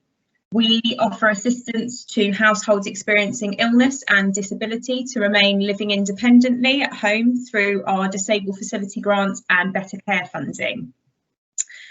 Another element is our licensing of houses on multiple occupancies, and HMOs are a really important housing option for many of our community, but particularly students, young people and those of a low income. And so the licensing and inspecting of these properties is a big bulk of the work for our service. We also operate a voluntary accreditation scheme for all landlords whose properties then fall outside of the mandatory licensing requirements. And it's a really good way for a landlord to demonstrate that they're providing safe, good quality, well-managed accommodation. And for the council, it's good for us to be able to assess the landlords that are operating in our district and determining that they are sort of fit and proper persons. Next slide, please. So this one here, apologies, it's quite small on the screen, but this is just a recap of our performance for the last financial year. So in respect of our HMO licensing, we expected to see a higher than normal rate for the last financial year because new legislation came into place in October 2018, which broadened the definition of a HMO that required licensing. So we managed to inspect and license 174 properties and we awarded 34 accreditation certificates. So that work generated an income of over £186,000. With respect to our disabled facility grants, we received 163 referrals and 53 completed works were undertaken, and we successfully managed to utilise our full year budget, which just showed we're really making good use of that funding to ensure people could live well in their homes. We have our City Let scheme, which is our incentive for landlords to rent their properties in the private rented sector to those within housing need, and we managed to maintain 37 active tenancies last year. And one of our biggest achievements, and we'll talk about a bit later was bringing a long-term empty property back into use for a family who were in housing need. We also managed to increase our recovery rate for our rent deposit loans that we pay out so that people can secure properties in the private rented sector. So we managed to increase that recovery rate by 3% last year. Next slide, please. So just a brief overview of what the private sector renewal strategy and where it sits and what it covers. So as I mentioned, it's due to expire at the end of this financial year and sits beneath and supports the overarching housing strategy. And the aims of the strategy really encompass everything that the service is providing, and here just sort of outlined. So increasing access to the private rented sector, bringing properties back into use, making best use of the stable facility grants, promoting energy efficiency and fuel poverty schemes, reducing the number of non-decent homes, preventing homelessness and sustaining tenancies through enforcement powers, and our licensing and accreditation of HMOs. Next slide, please. So just focusing further on some of the achievements since our last strategy. In respect of our City Let scheme in 2016, when the current strategy came into play, the service was very new, and at that point we had about 18 active tenancies.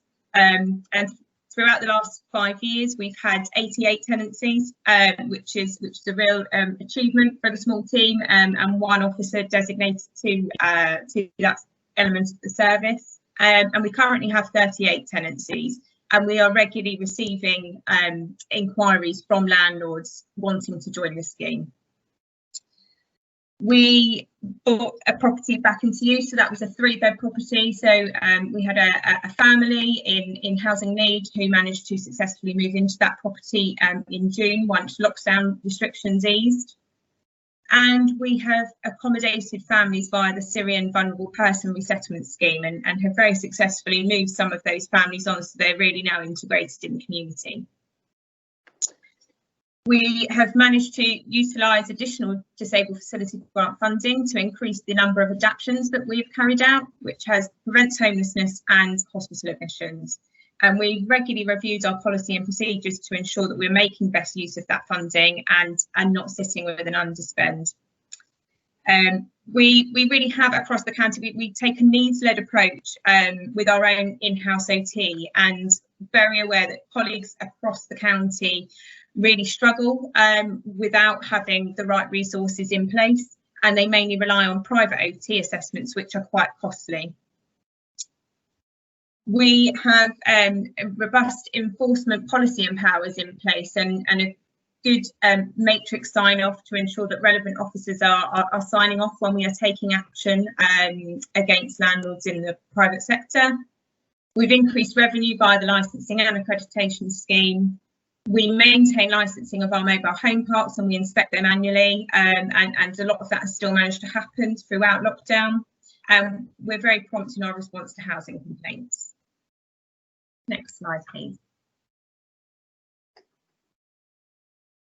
So in terms of the work that the service offers and how we support the council's priorities, with respect to energy efficiency and fuel poverty, we're really sitting under the council's carbon neutrality action plan by exploring opportunities for domestic dwellings in the private rented sector to reduce carbon emissions, and supporting the council plan's priority to tackle the climate emergency. We really try to increase access to the private rented sector and ensuring there are homes for all. We want residents to be living well, so administering the DFGs to support people to remain in their homes, reducing social isolation and reducing hospital admissions. And we're ensuring that the homes that are rented in the private rented sector are safe and well maintained. Next slide, please. So we've been considering our priority areas for the next 5 years, and we obviously a big focus on energy efficiency and fuel poverty schemes, and wanting to ensure that we are working across across departments, and that we are feeding into work that is taking place. We will be part of actions to try and identify homes that are eligible for the LEAP scheme, and engaging in areas of the district where it's identified that there are poorly performing areas in respect of carbon emissions. We want to further develop our work with the licensing of HMOs, and be seeking out those that haven't applied for a licence. And we're doing that. We want to look at investigating data from planning applications, and really promoting our accreditation scheme so that we know our landlords and the properties that are out there. And it's something that we've really reviewed as a result of lockdown, and really gave us that push, was the information that we have available and how we can interact digitally with landlords and tenants. So that is something we still need to continue to work on, and we need to take into account the needs of varying members of the community, and that digital work won't always be the best solution. But there's certainly been some good changes that we've been able to make during this time, and we want to keep pushing forward with that. So currently we license the larger mobile home sites, but a piece of work that we really want to do that will be more targeted for smaller caravan sites or single plot sites, so that we can maintain an up-to-date public register, so that we've got a good understanding of where they are. And what that will do for us, it will generate additional income, but it will also ensure that households that are living in those sites are living in properties that are of a suitable standard. We will continue to investigate empty homes which are causing a nuisance for the local community, and try and work with landlords to bring them back into use, and continuing to increase access to the private rental sector, and ensuring it's a viable housing option in Winchester. Next slide, please. So for us to be able to achieve these priorities, like I said, it's really wanting to work in partnership with internal and external colleagues to explore and promote energy efficiency initiatives. Re-engagement with the Hampshire Energy Efficiency Partnership, their focus really is on promoting reduction in CO2 emissions, reducing fuel poverty, and trying to work collaboratively on projects, really sharing learning and resources amongst ourselves. We want to undertake a refreshed private sector housing condition survey, because what that will provide us with is dwelling level data in respect of energy efficiency levels, and then we can start to explore improvement scenarios, as well as the estimates of undertaking the work and the savings for the household.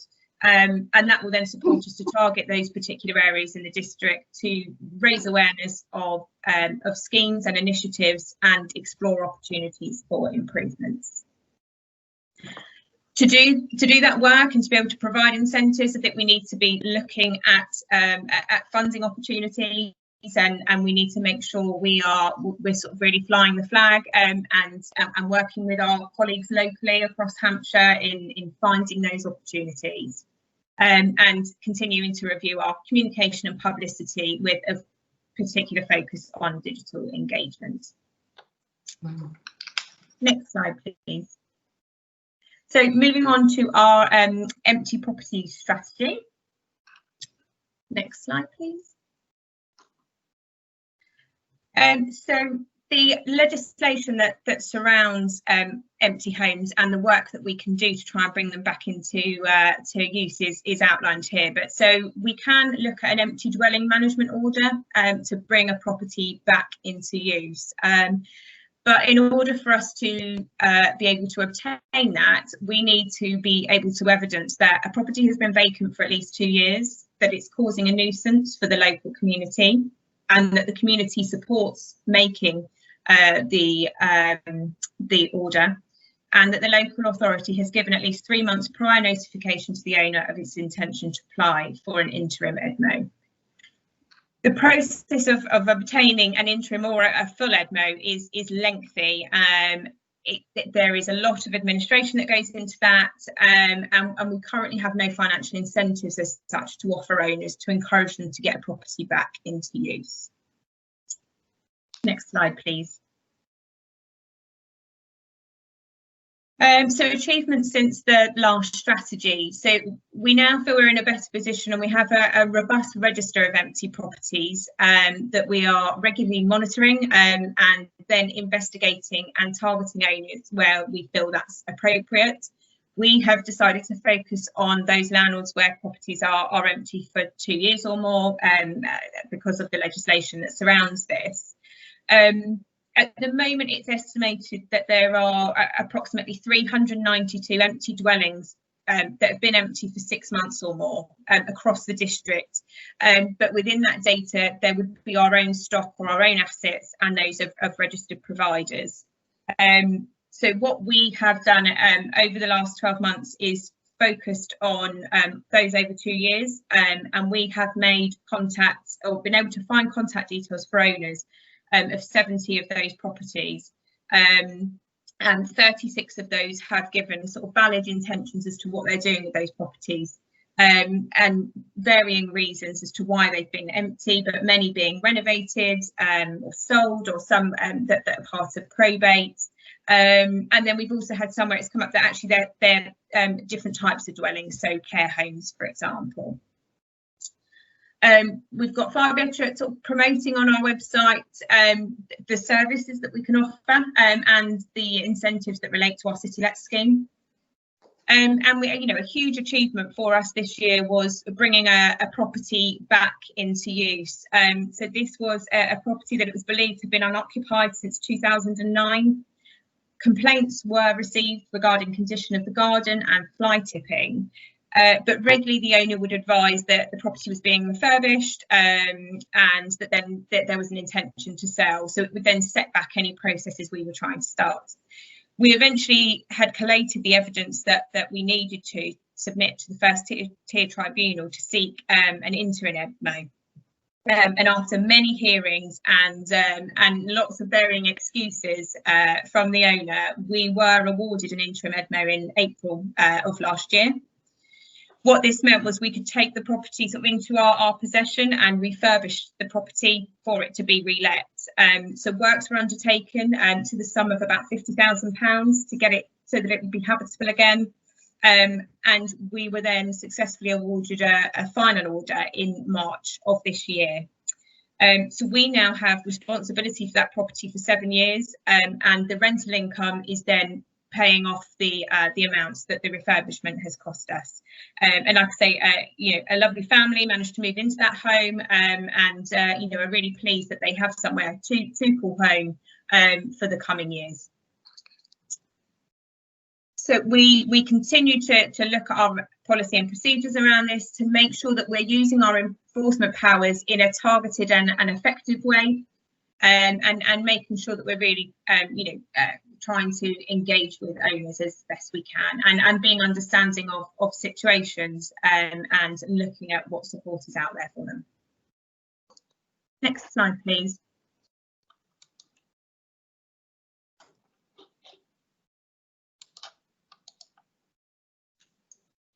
So the number of complaints we actually received about empty homes is quite small.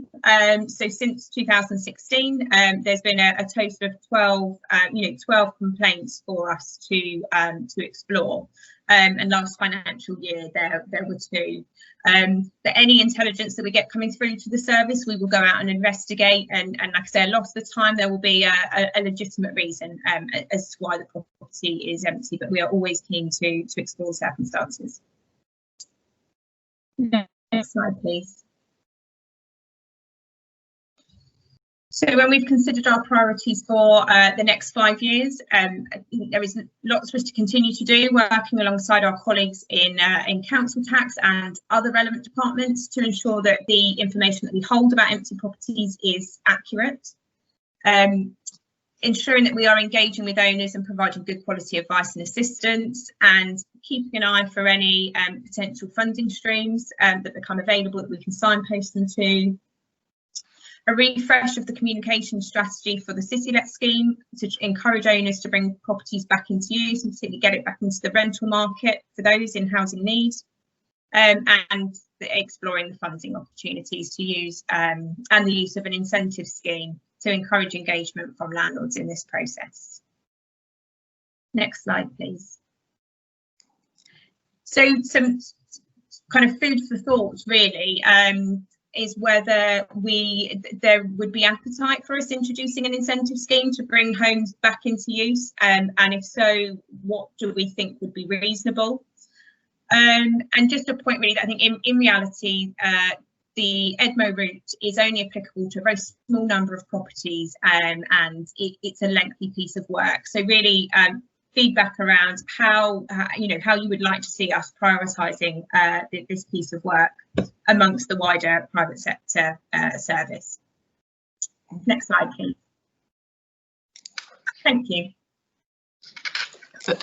Thank you, Kenna. Actually, that was a particularly interesting presentation, but an area of work that certainly I've not seen such a detailed overview of before, so most welcome. On the private sector renewal side, I think it's the team's engagement with the private sector is a real credit to the council's inclusive approach to housing for all and to living well, and it's really good to see the City Let scheme building up. Welcome the proposal to bring back the private sector housing condition survey. I think it's really critical that we have that information to hand and that we can build on it in the future. Right, I have questions from Jamie Scott, Margot Parr, Angela Clear and Caroline Horrell. So kick off, Jamie. Can you keep it fairly punchy, please? Thank you. I can do, Chair, but again, this is another important topic, so bear with my questioning really. Kenna, thank you again for your presentation. You mentioned a little bit on slide 1 about HMOs are a good housing option. I would agree, but also HMOs can have impact in communities. So in regards to 174 licensing done since April 2018, we bear in mind we have 400 HMOs in Stanwell alone. Is this a resource issue why we're not getting more licensing done? And are landlords are a bit nervous about taking the accreditation? Is it a costly thing for them to do? Why the take up of accreditation is not taken up further on that stats there? And would you probably not now know the actual percentage now, but would you know as a department the percentage of Winchester University students in the HMOs on the city wards? Would you have at hand if a councillor asks you via an email, would you know the amount of HMOs being housed with students in it? Thank you. So I think to the first point, the licensing scheme, so it's every they renew every 5 years, so there will be more out there, and I can get figures that of those in total that are licensed, and not every HMO needs to have a license. So that's where our accreditation scheme, what we're trying to do with that, and really go out and publicise that further, so that those that sit outside of the mandatory licensing have been visited and have been inspected, and have that accreditation certificate. So that is something that we are putting administrative resource into identifying those that are not possibly on our radar at the moment or have not been visited in recent years by ourselves. So we do now have more administration support that can help us to identify them, and then we've got the officers that can go out and actually undertake the inspections. I think with the accreditation, it may be that there's a publicity piece. There is a cost towards it as well. So I think there's some scoping for us to do to look at our costs in comparison to other areas potentially, and maybe at some feedback opportunities too. So I think that is a really good point to raise, and maybe we need to learn from landlords and hear from them as to why they are not potentially taking that offer up. And then in respect to the percentage of the university students, I mean, we work very closely with the university, so that's certainly something I can go off and explore how possible that would be for us to sort of get that figure for you. So I can certainly go back and see how realistic it is that we'd be able to provide that data to a councillor if they asked for it. Thank you. Thank you, Kenna. I have Councillor Power. Thank you, Chairman. Could we dig into the complaints of housing disrepair in the private rented sector, please? Have you seen any change in either the quantity of disrepairs reported to you or the type or severity of the problem? Over sort of a particular timescale, or within the last year or so? No, it's sort of stayed consistent. Actually, you know, we saw a reduction when lockdown initially hit, because I think people appreciated that it would probably then require some visible inspection of what's been going on. But no, it has you know, sort of remained pretty consistent over the last couple of years. Thank you. And again, can get data if that's of any interest. I can get that to you. Thank you. Councillor Clear. Thank you, Chair, and thank you, Kenna. Well done for your presentation. Just one question. What action can you or would you take against landlords if they break licensing rules, please? We have that, or we will put conditions in place on a license that then a landlord, for example, might dispute. So we would then look at the sort of legal route that we are able to take with that. And we have had, can't think of one specific for what you're asking, but with the HMO licensing, for example, there was the date of the 1st of October that landlords had to have submitted an application, and we have identified some landlords that did not get their application in. So by going down our enforcement route, they have gone to, or you know, are due to go to tribunal. So we are taking seriously issues where landlords are not complying with licence conditions, or just the fact that they should have a licence and do not have one. Okay, thank you for that. Thank you. Thank you. Councillor Horrell. Jenna, good evening, and thank you for a very comprehensive presentation. In answer to your question, I do think empty houses and pursuing a number of those is actually important, particularly where they're impacting a community, and the case that you cited absolutely did that. So I would be wholeheartedly in support of you pursuing that strategy. I know we can't do hundreds of them, and they are expensive and sometimes lengthy, but where we do have success, I think they are really important for the community. I think city lets is crucial. Personally, I think that's a really excellent scheme we should be proud of. But I would say in the private rented sector, and I admire the focus on the energy saving, but there are many properties that we need to look at in terms of the general repairs as well. We mustn't forget that. Often we hear of some unacceptable living conditions. So I would ask that you consider both of those. So just responding to some of your questions of us in the document. Thank you. Thank you. Thank you, Councillor Horrell. Monica, I know you're still there, and I just wondered whether there was anything that you would like to have commented about this presentation before we move on to debate. Yeah, Kenna did present this at a TAC meeting, if you can call it a TAC meeting. There's only 6 of us, but nonetheless, we were very impressed, actually. Most of us weren't even aware that this was happening, and perhaps you need a little bit more publicity.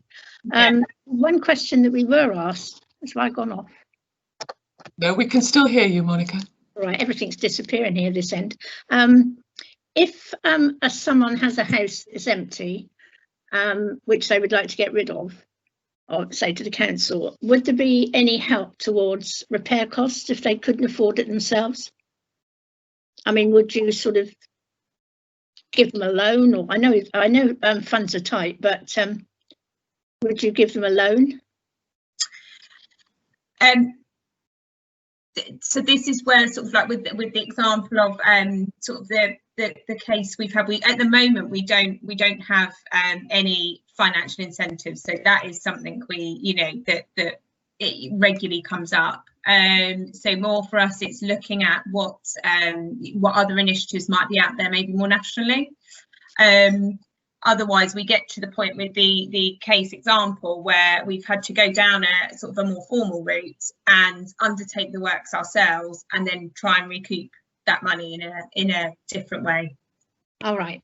Well, that was just one of the questions we asked, that if you could recoup the money by letting the property and getting the money back through the rents. Yeah. Yep. Fine. Thank you. We were very impressed with your presentation, Ken. Thank you, Monica. All right, Kay. Thank you, Monica. Okay, I don't have any more questions at this stage. Councillor Lerney, was there anything you wanted to add on this? You've been sitting very quietly this evening. No, I think Kenna did an excellent job at presenting. I think it's actually really useful to get that message out to members about the much wider range of housing work that we do other than manage our own housing stock, because it is an important part of our work. And I think particularly with our carbon reduction agenda, we need to push some of that work on private sector housing stock up, and have a look about what we can do to get the information out to both private owners, landlords and tenants about the help that is available to improve their living conditions and reduce their energy bills. So that will be important going forwards, but that doesn't mean we're going to forget about all the other important work that's being done. Thank you, Councillor Lerney. Okay, Councillor Scott, you've asked for debate, so please proceed. Well, if that's okay, Chair, with you. Yeah, I really want to sort of say about, again, the defining thing that's changed with Stanmore Estate is the impact of HMOs over many years now. I know that we now have an Article 4 there. I know that we did an ISG, I happened to chair that ISG back in 2013, on the impact of city estates. I just wanted to again raise this with the private housing sector team, who are doing an extremely fantastic job doing the licensing and the accreditation, and obviously attend the sort of landlord forums, that you know, the impact is still there. The sense of change of community is still there, and I suppose we're not only just talking about Stanmore, we're talking about Week, Winnell, Highcliffe, who have also got high numbers of HMOs in there. So I think a handle on the stats about that would be good. And my sense of actually what I raised with Gillian Knight about helping to build communities again and getting that sense of community spirit does help this, because over the many years we've just allowed this to happen. Maybe strategic planners allow that to happen to the detriment of communities. Where we have untidy gardens or parking issues, or what we said years ago, back in 2009, a loss of family housing. So I think, Chair, it's just worth noting again through this fantastic presentation that there is high levels of impacts when you have high levels of HMOs on the city wards. Thank you. Thank you, Councillor Scott. Councillor Power, you wanted to make some observations. Thank you, Chairman. We are asked to give a clear steer on how we wish the EDMO work to be prioritised. I think we have to assess the various ways in which we can apply very limited resources in terms of how many people can we be sure are safely accommodated, and to get those people in unsuitable accommodation into good accommodation. And I can see that the EDMO route is extremely costly in terms of resource when you look at what we're trying to achieve with this team. And I think it has to be an occasional indulgence rather than something we can prioritise. Thank you, Chairman. Thank you, Councillor Power. I don't have any more debate, but I am conscious that Kenna has asked our views on that, and perhaps this is something, given the discussion and the presentation we've heard this evening, that we need to take away and perhaps come back to you, Kenna, either directly or perhaps bring it back at a future meeting, but clearly we need to get that balance right. So I think keeping it on our agenda would be useful, and I'll certainly be prompting colleagues to keep thinking about it, and perhaps build on Councillor Power's observations about whether it would be value for money given our priorities and what we want to achieve. I hope that's helpful. That is, thank you. And thank you very much for your time and your presentation this evening. Clearly, I think there's been a lot of appreciation of it. Thank you. Okay, thank you. Ladies and gentlemen, it's 1 minute to 8, and in formal terms, we're due to wrap up at 8. But I wonder if you would indulge me and we just take the final item on the agenda this evening around the proposed task and finish groups. If anybody has any objections to that, put your hands up or write in the chat, or we will proceed. I'm not seeing any objections, so I will just do a short sort of outline on where we are so far. I think, as you will recall, in the June meeting of this committee, and following cabinet discussions with cabinet members for economy and housing, I submitted some proposals for 2 informal groups to consider key policy objectives set out in the Council Plan 2020-2025 that are relevant to this committee. And in response to these proposals, I've had discussions with the Chair of Scrutiny and the Chair of the Policy Committee on Environment and Health. Officers have also advised that we need to run these as task and finish groups rather than as the formal ISGs we used to run under the old constitution.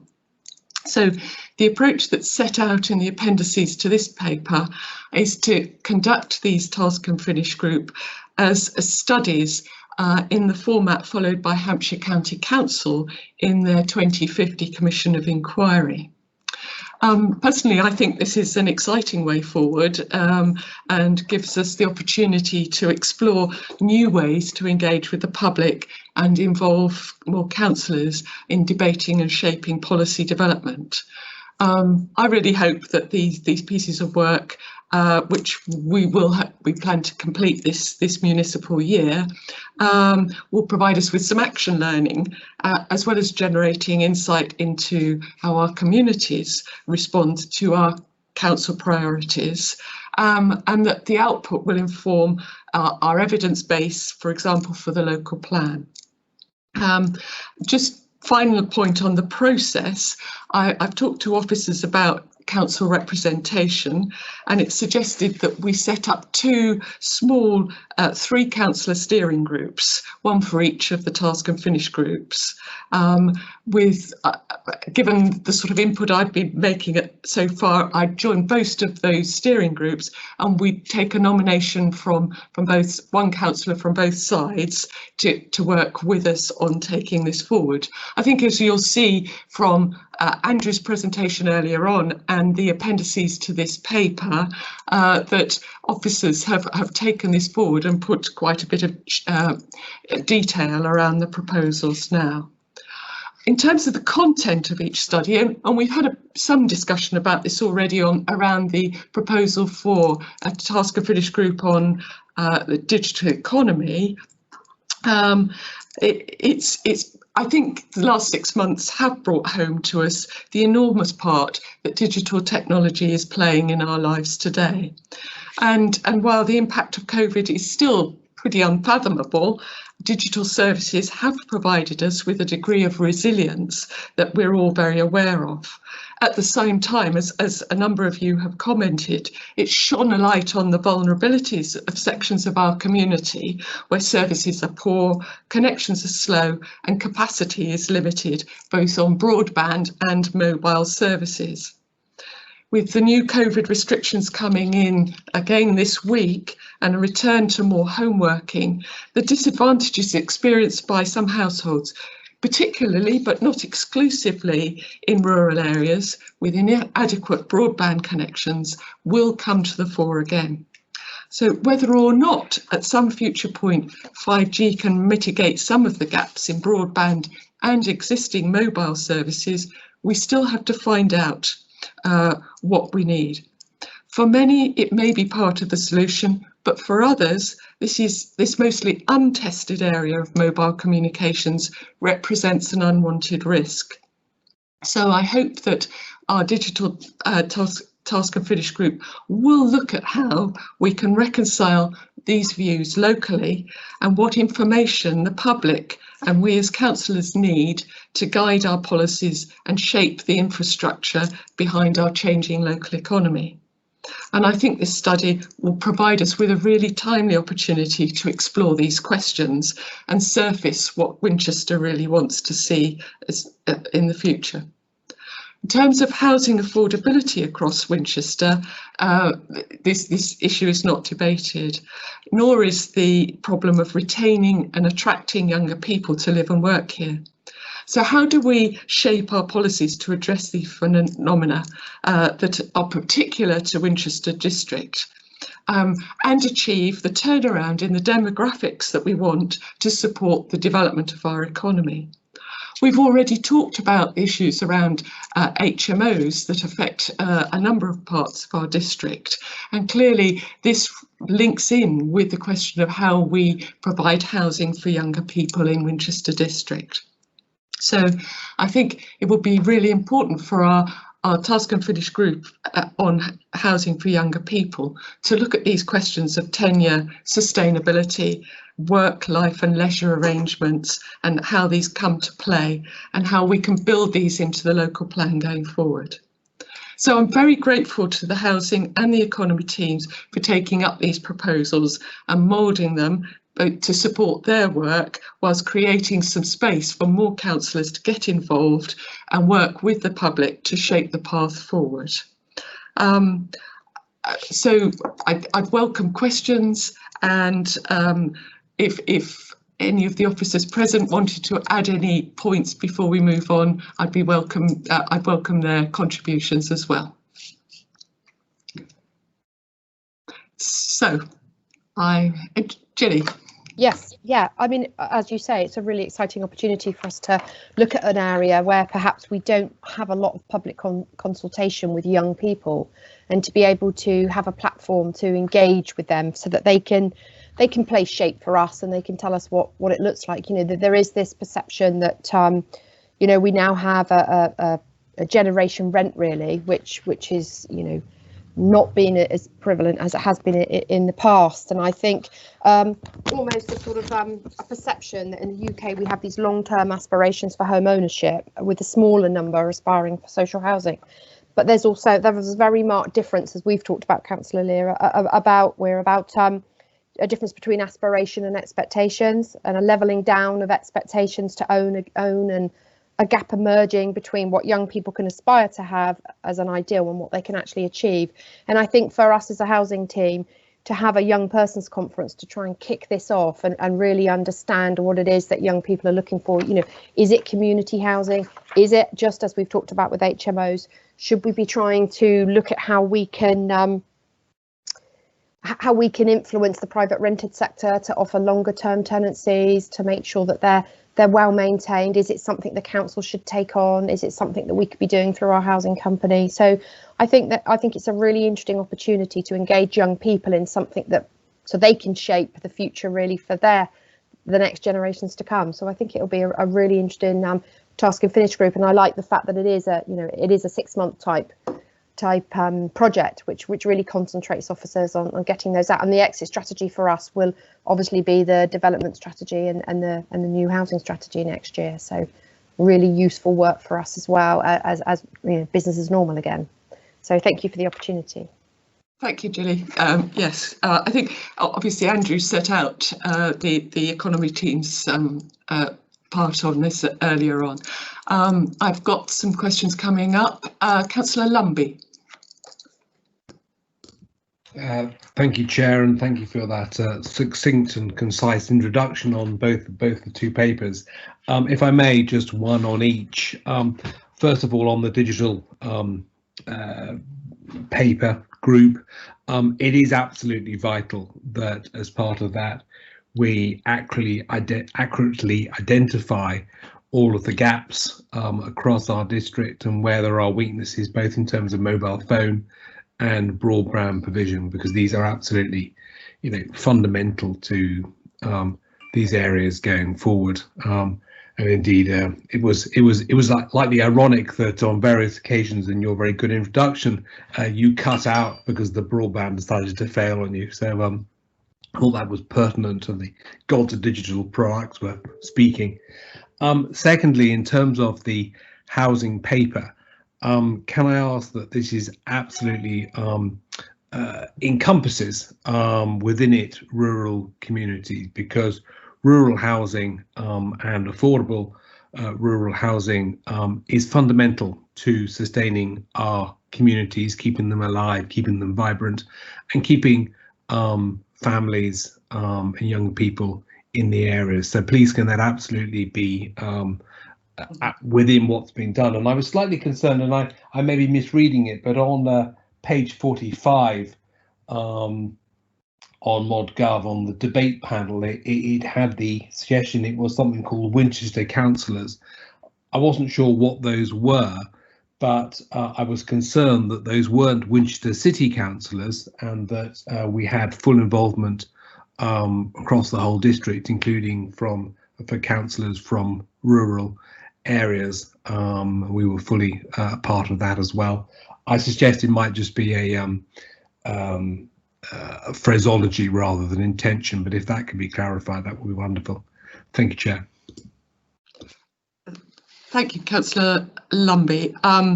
I take that point about the digital coverage. We may, as an output of the task and finish group, I produce that as work to be done. Whether the task and finish group itself will be able to undertake that detailed work, but it's good to start building that sort of area of knowledge that we want to get our heads around. On the housing encompassing rural areas, I think that's really vital, and thank you for logging that as with us, and we'll certainly pick that up. And there is no intention here, I believe, to restrict this to the Winchester town area. It's district wide we want to look at. Gilly, did you want to comment on that? Yes, I think it's just a terminology on the paper. Yes, it's certainly a consultation across the whole district. Yes. Great, thank you. Thank you. Councillor Krask, you have a question. Thanks, Chair. I very much thank you and appreciate both of these opportunities, two fantastic opportunities, two vital areas. Certainly, particularly on the digital one, I did want to make a comment on a question as well. As others have mentioned, and as is obvious, we need a digital infrastructure, an effective one for doing this kind of thing, for virtual working, for social interaction, as has been talked about, for entertainment, and we need it for the economy and well-being. And just generally, it's going to do fantastic things for levelling up the country, social mobility with people being able to work anywhere they choose. And it will lower housing costs in cities like Winchester, where people have commuted to London historically. They won't need to do that so much. The housing prices can drop around here as well. Provide great opportunities for people that can't go and work in an office because they've got responsibilities for children and the elderly. It'll be a great social liberator, and it's so important that we get this right and do this well, and that we engage the public in this space. It's so important. We need to be crystal clear, though, on the barriers that are there, and that we look for ways to address those barriers. Now, the paper refers to digital economy, and for me, it's got a very heavy focus on 5G, rather than perhaps also extending existing technologies, not least broadband. And I guess my question is, are you aware that 5G doesn't have the greatest brand and public perception? And I say this because I'm kind of responding to residents' concerns about a 5G mast in my ward. So I've dealt with tens of people who've come to me with concerns, and those concerns range from, the US economic pressure on Hawaii around the data privacy concerns with the technology, and countries like Switzerland, who are a world leader in 5G rollout, and they've got some 2,000 masts and a real commitment to 5G rollout. And just in February this year, they put a moratorium on 5G rollout due to health concerns. And these questions, which are global in nature and very sophisticated in the technology, those are going to come up in any public engagement. And I am concerned that unless the panel and I think all of us as councillors are aware and educated on such matters and can respond to the public, there's a real danger there that the optimism, excitement and opportunity is not going to be realised if we can't help people work through the concerns that are there for the other countries and leaders around the world, that we can't help our people get past those concerns and past those barriers so we can realise the fantastic opportunity. So interested in your thoughts on that. Okay. Thank you, Councillor Krask. I think I touched on the issue of 5G in my introduction, and I think we do recognise that it is sort of part of the discussion that we need to have within the Task and Finish group. I think there's more to it than 5G, and although there's been some emphasis on it, it isn't. It may be part of the mix. So I think we do have to explore the extent to which we as a council what the role is in providing those sorts of answers, and I think that would be part of the discussion that the Task and Finish group should have. I think you may also be suggesting that as councillors we need to get up to speed so that we can be more confident in the responses we play. Maybe that's for me to talk to members of cabinet and officers about whether councillors themselves would benefit from some sort of briefing on 5G and where it's going. So I'm happy to take that away and explore how we might respond to that particular point, if that would be acceptable to you. It would. Thank you very much. Thanks, Jen. Okay, I have next Councillor Horrell. Thank you, Chair. A question on each paper. Thank you for Appendix 2 and the proposal regarding housing for younger people. I think that is really helpful. Two sort of questions come comments. One, to ensure that when we're talking to young people, because we have a relatively large student population, but also we need to get the views of our own local young people, that we ensure in how we do that we have the cross-section of those who live here ordinarily and those who perhaps come to study, who might stay if they hadn't had an opportunity, and also to ensure in the remit of that group we are looking at all sorts of tenures, because this isn't a linear discussion, and that we approach that with that broad base if at all possible. So a couple of requests and questions for that paper.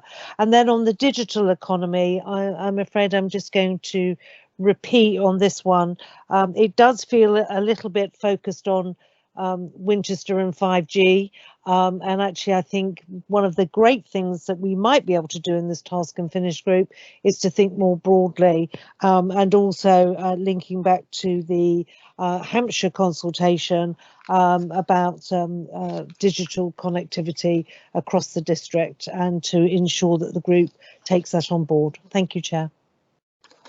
Thank you, Councillor Horrell. I think that's really valuable input on that. I think there is some fine-tuning to be done on these proposals, and that's what I hope the small steering groups will do, so we can pick up these comments and just look at the balance that we're trying to strike and the sort of outcomes we want with those small steering groups. I next have Councillor Clear. Thank you, Chair. I'm mainly on about the Digital Task and Finish group, because I must confess, and I make no bones about it, I do not know enough about 5G, 4G or whatever. So, and I do have great concerns because I do have several questions. I mean, you hear about, do 5G signals cause any adverse health effects, as there seems to be a lot of theories about this? What is the difference between 4G and 5G, and can we expect a more reliable signal indoors? What are the unique uses of 5G? So may I respectfully suggest also that perhaps we have a members training session, if at all possible, because I, for one, really, as I said at the start of this, confess I know very little about it, and I would love to find out more. Thank you. Thank you, Councillor Clare. I think that sort of builds on Councillor Krask's points, and I think there's generally an agreement that sort of training stroke briefing on mobile communications in particular would be valuable to us all in a number of our roles on the council.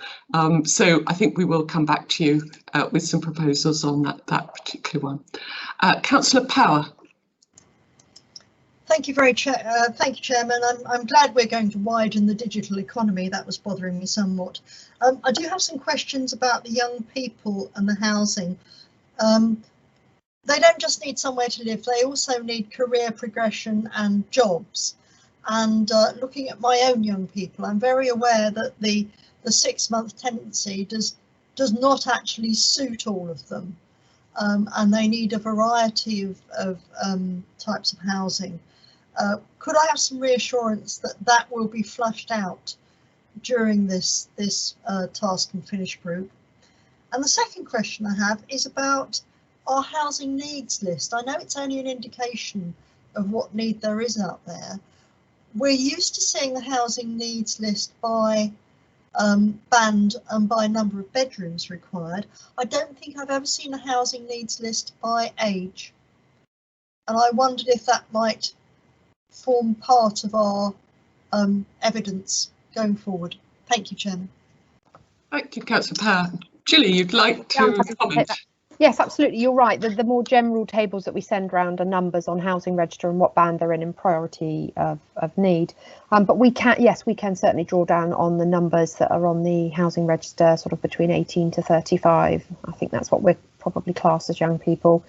But it's also, I think it's whether we as a council want to offer those housing options for people that don't quite fit the housing register bill and also can't afford to privately buy. Just like yourself, I've got children in late 20s and 30s that can't afford to live in Winchester. So it's how can we engage them, because we do, as Councillor we're in her proposal said, we do want to maintain those graduates. So many graduates want to stay living in Winchester, and we're obsessed with owning homes in the UK, and I'm not sure this generation is as obsessed with it. It's obviously a big incentive, but I think they're aware that actually they are probably relying on the bank of mum and dad, a lot of people, and obviously a lot of people don't have that opportunity. So I think it is trying to explore, because here we are, most of us probably in the housing development side of it are middle-aged. Do we really understand what the young people are really aspiring to do? So for me, it's having that platform for young people to say, actually, you know what, we wouldn't mind sharing housings, we wouldn't mind community type living. We don't know really, because we tend to aim it at those that are on our housing register who perhaps as a generation do have an expectation of their own social housing flat. So I think it will be could be a really useful. So we'll certainly make sure it's inclusive of all generations and need. Yes. Thank you very much. Thank you, Julie. I don't have any more. Chair, I think there was Councillor Hiscock at one stage. Oh, okay. Councillor Hiscock, are you there? Did you have something you wanted to say? Sorry, Chair. Yeah, I was just going to have one of those Me Too moments and put my weight behind the suggestion that we had a members training on 5G, because like everybody else, I'm getting asked a lot of difficult questions about it by residents, and I really feel ill-equipped to be able to answer them. So yes, please, if we can, that'd be great. Thank you. I would say that I also had a conversation with Julie Pinnock, Head Planning, who suggested that we might wish seek to involve some experts in this area in the deliberations of the panel that run on this. So there's a number of ways we might explore this subject, both in our discussions with public participants, but also as councillors and talking to officers about that. So I think that is a definite yes, we'll take that one forward. Were there any sort of wrap-up comments from members on this? If not, can I thank you for your comments. Clearly, we need to tweak the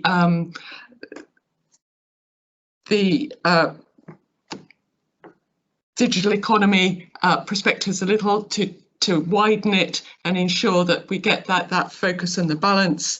Gilly, I think, has taken away comments around the housing, particularly around housing tenure and how young people look at housing and what they're looking for. So we will pick those up. Councillor Horrell, have you put your hand up? No. Sorry, no, that's me being rather inept and not putting it down earlier. Thank you. Okay. I get a lot of flashing lights in front of me, so I'm just making sure I haven't ignored anybody. But thank you for feedback on that. The requirement was to note the proposals in this agenda.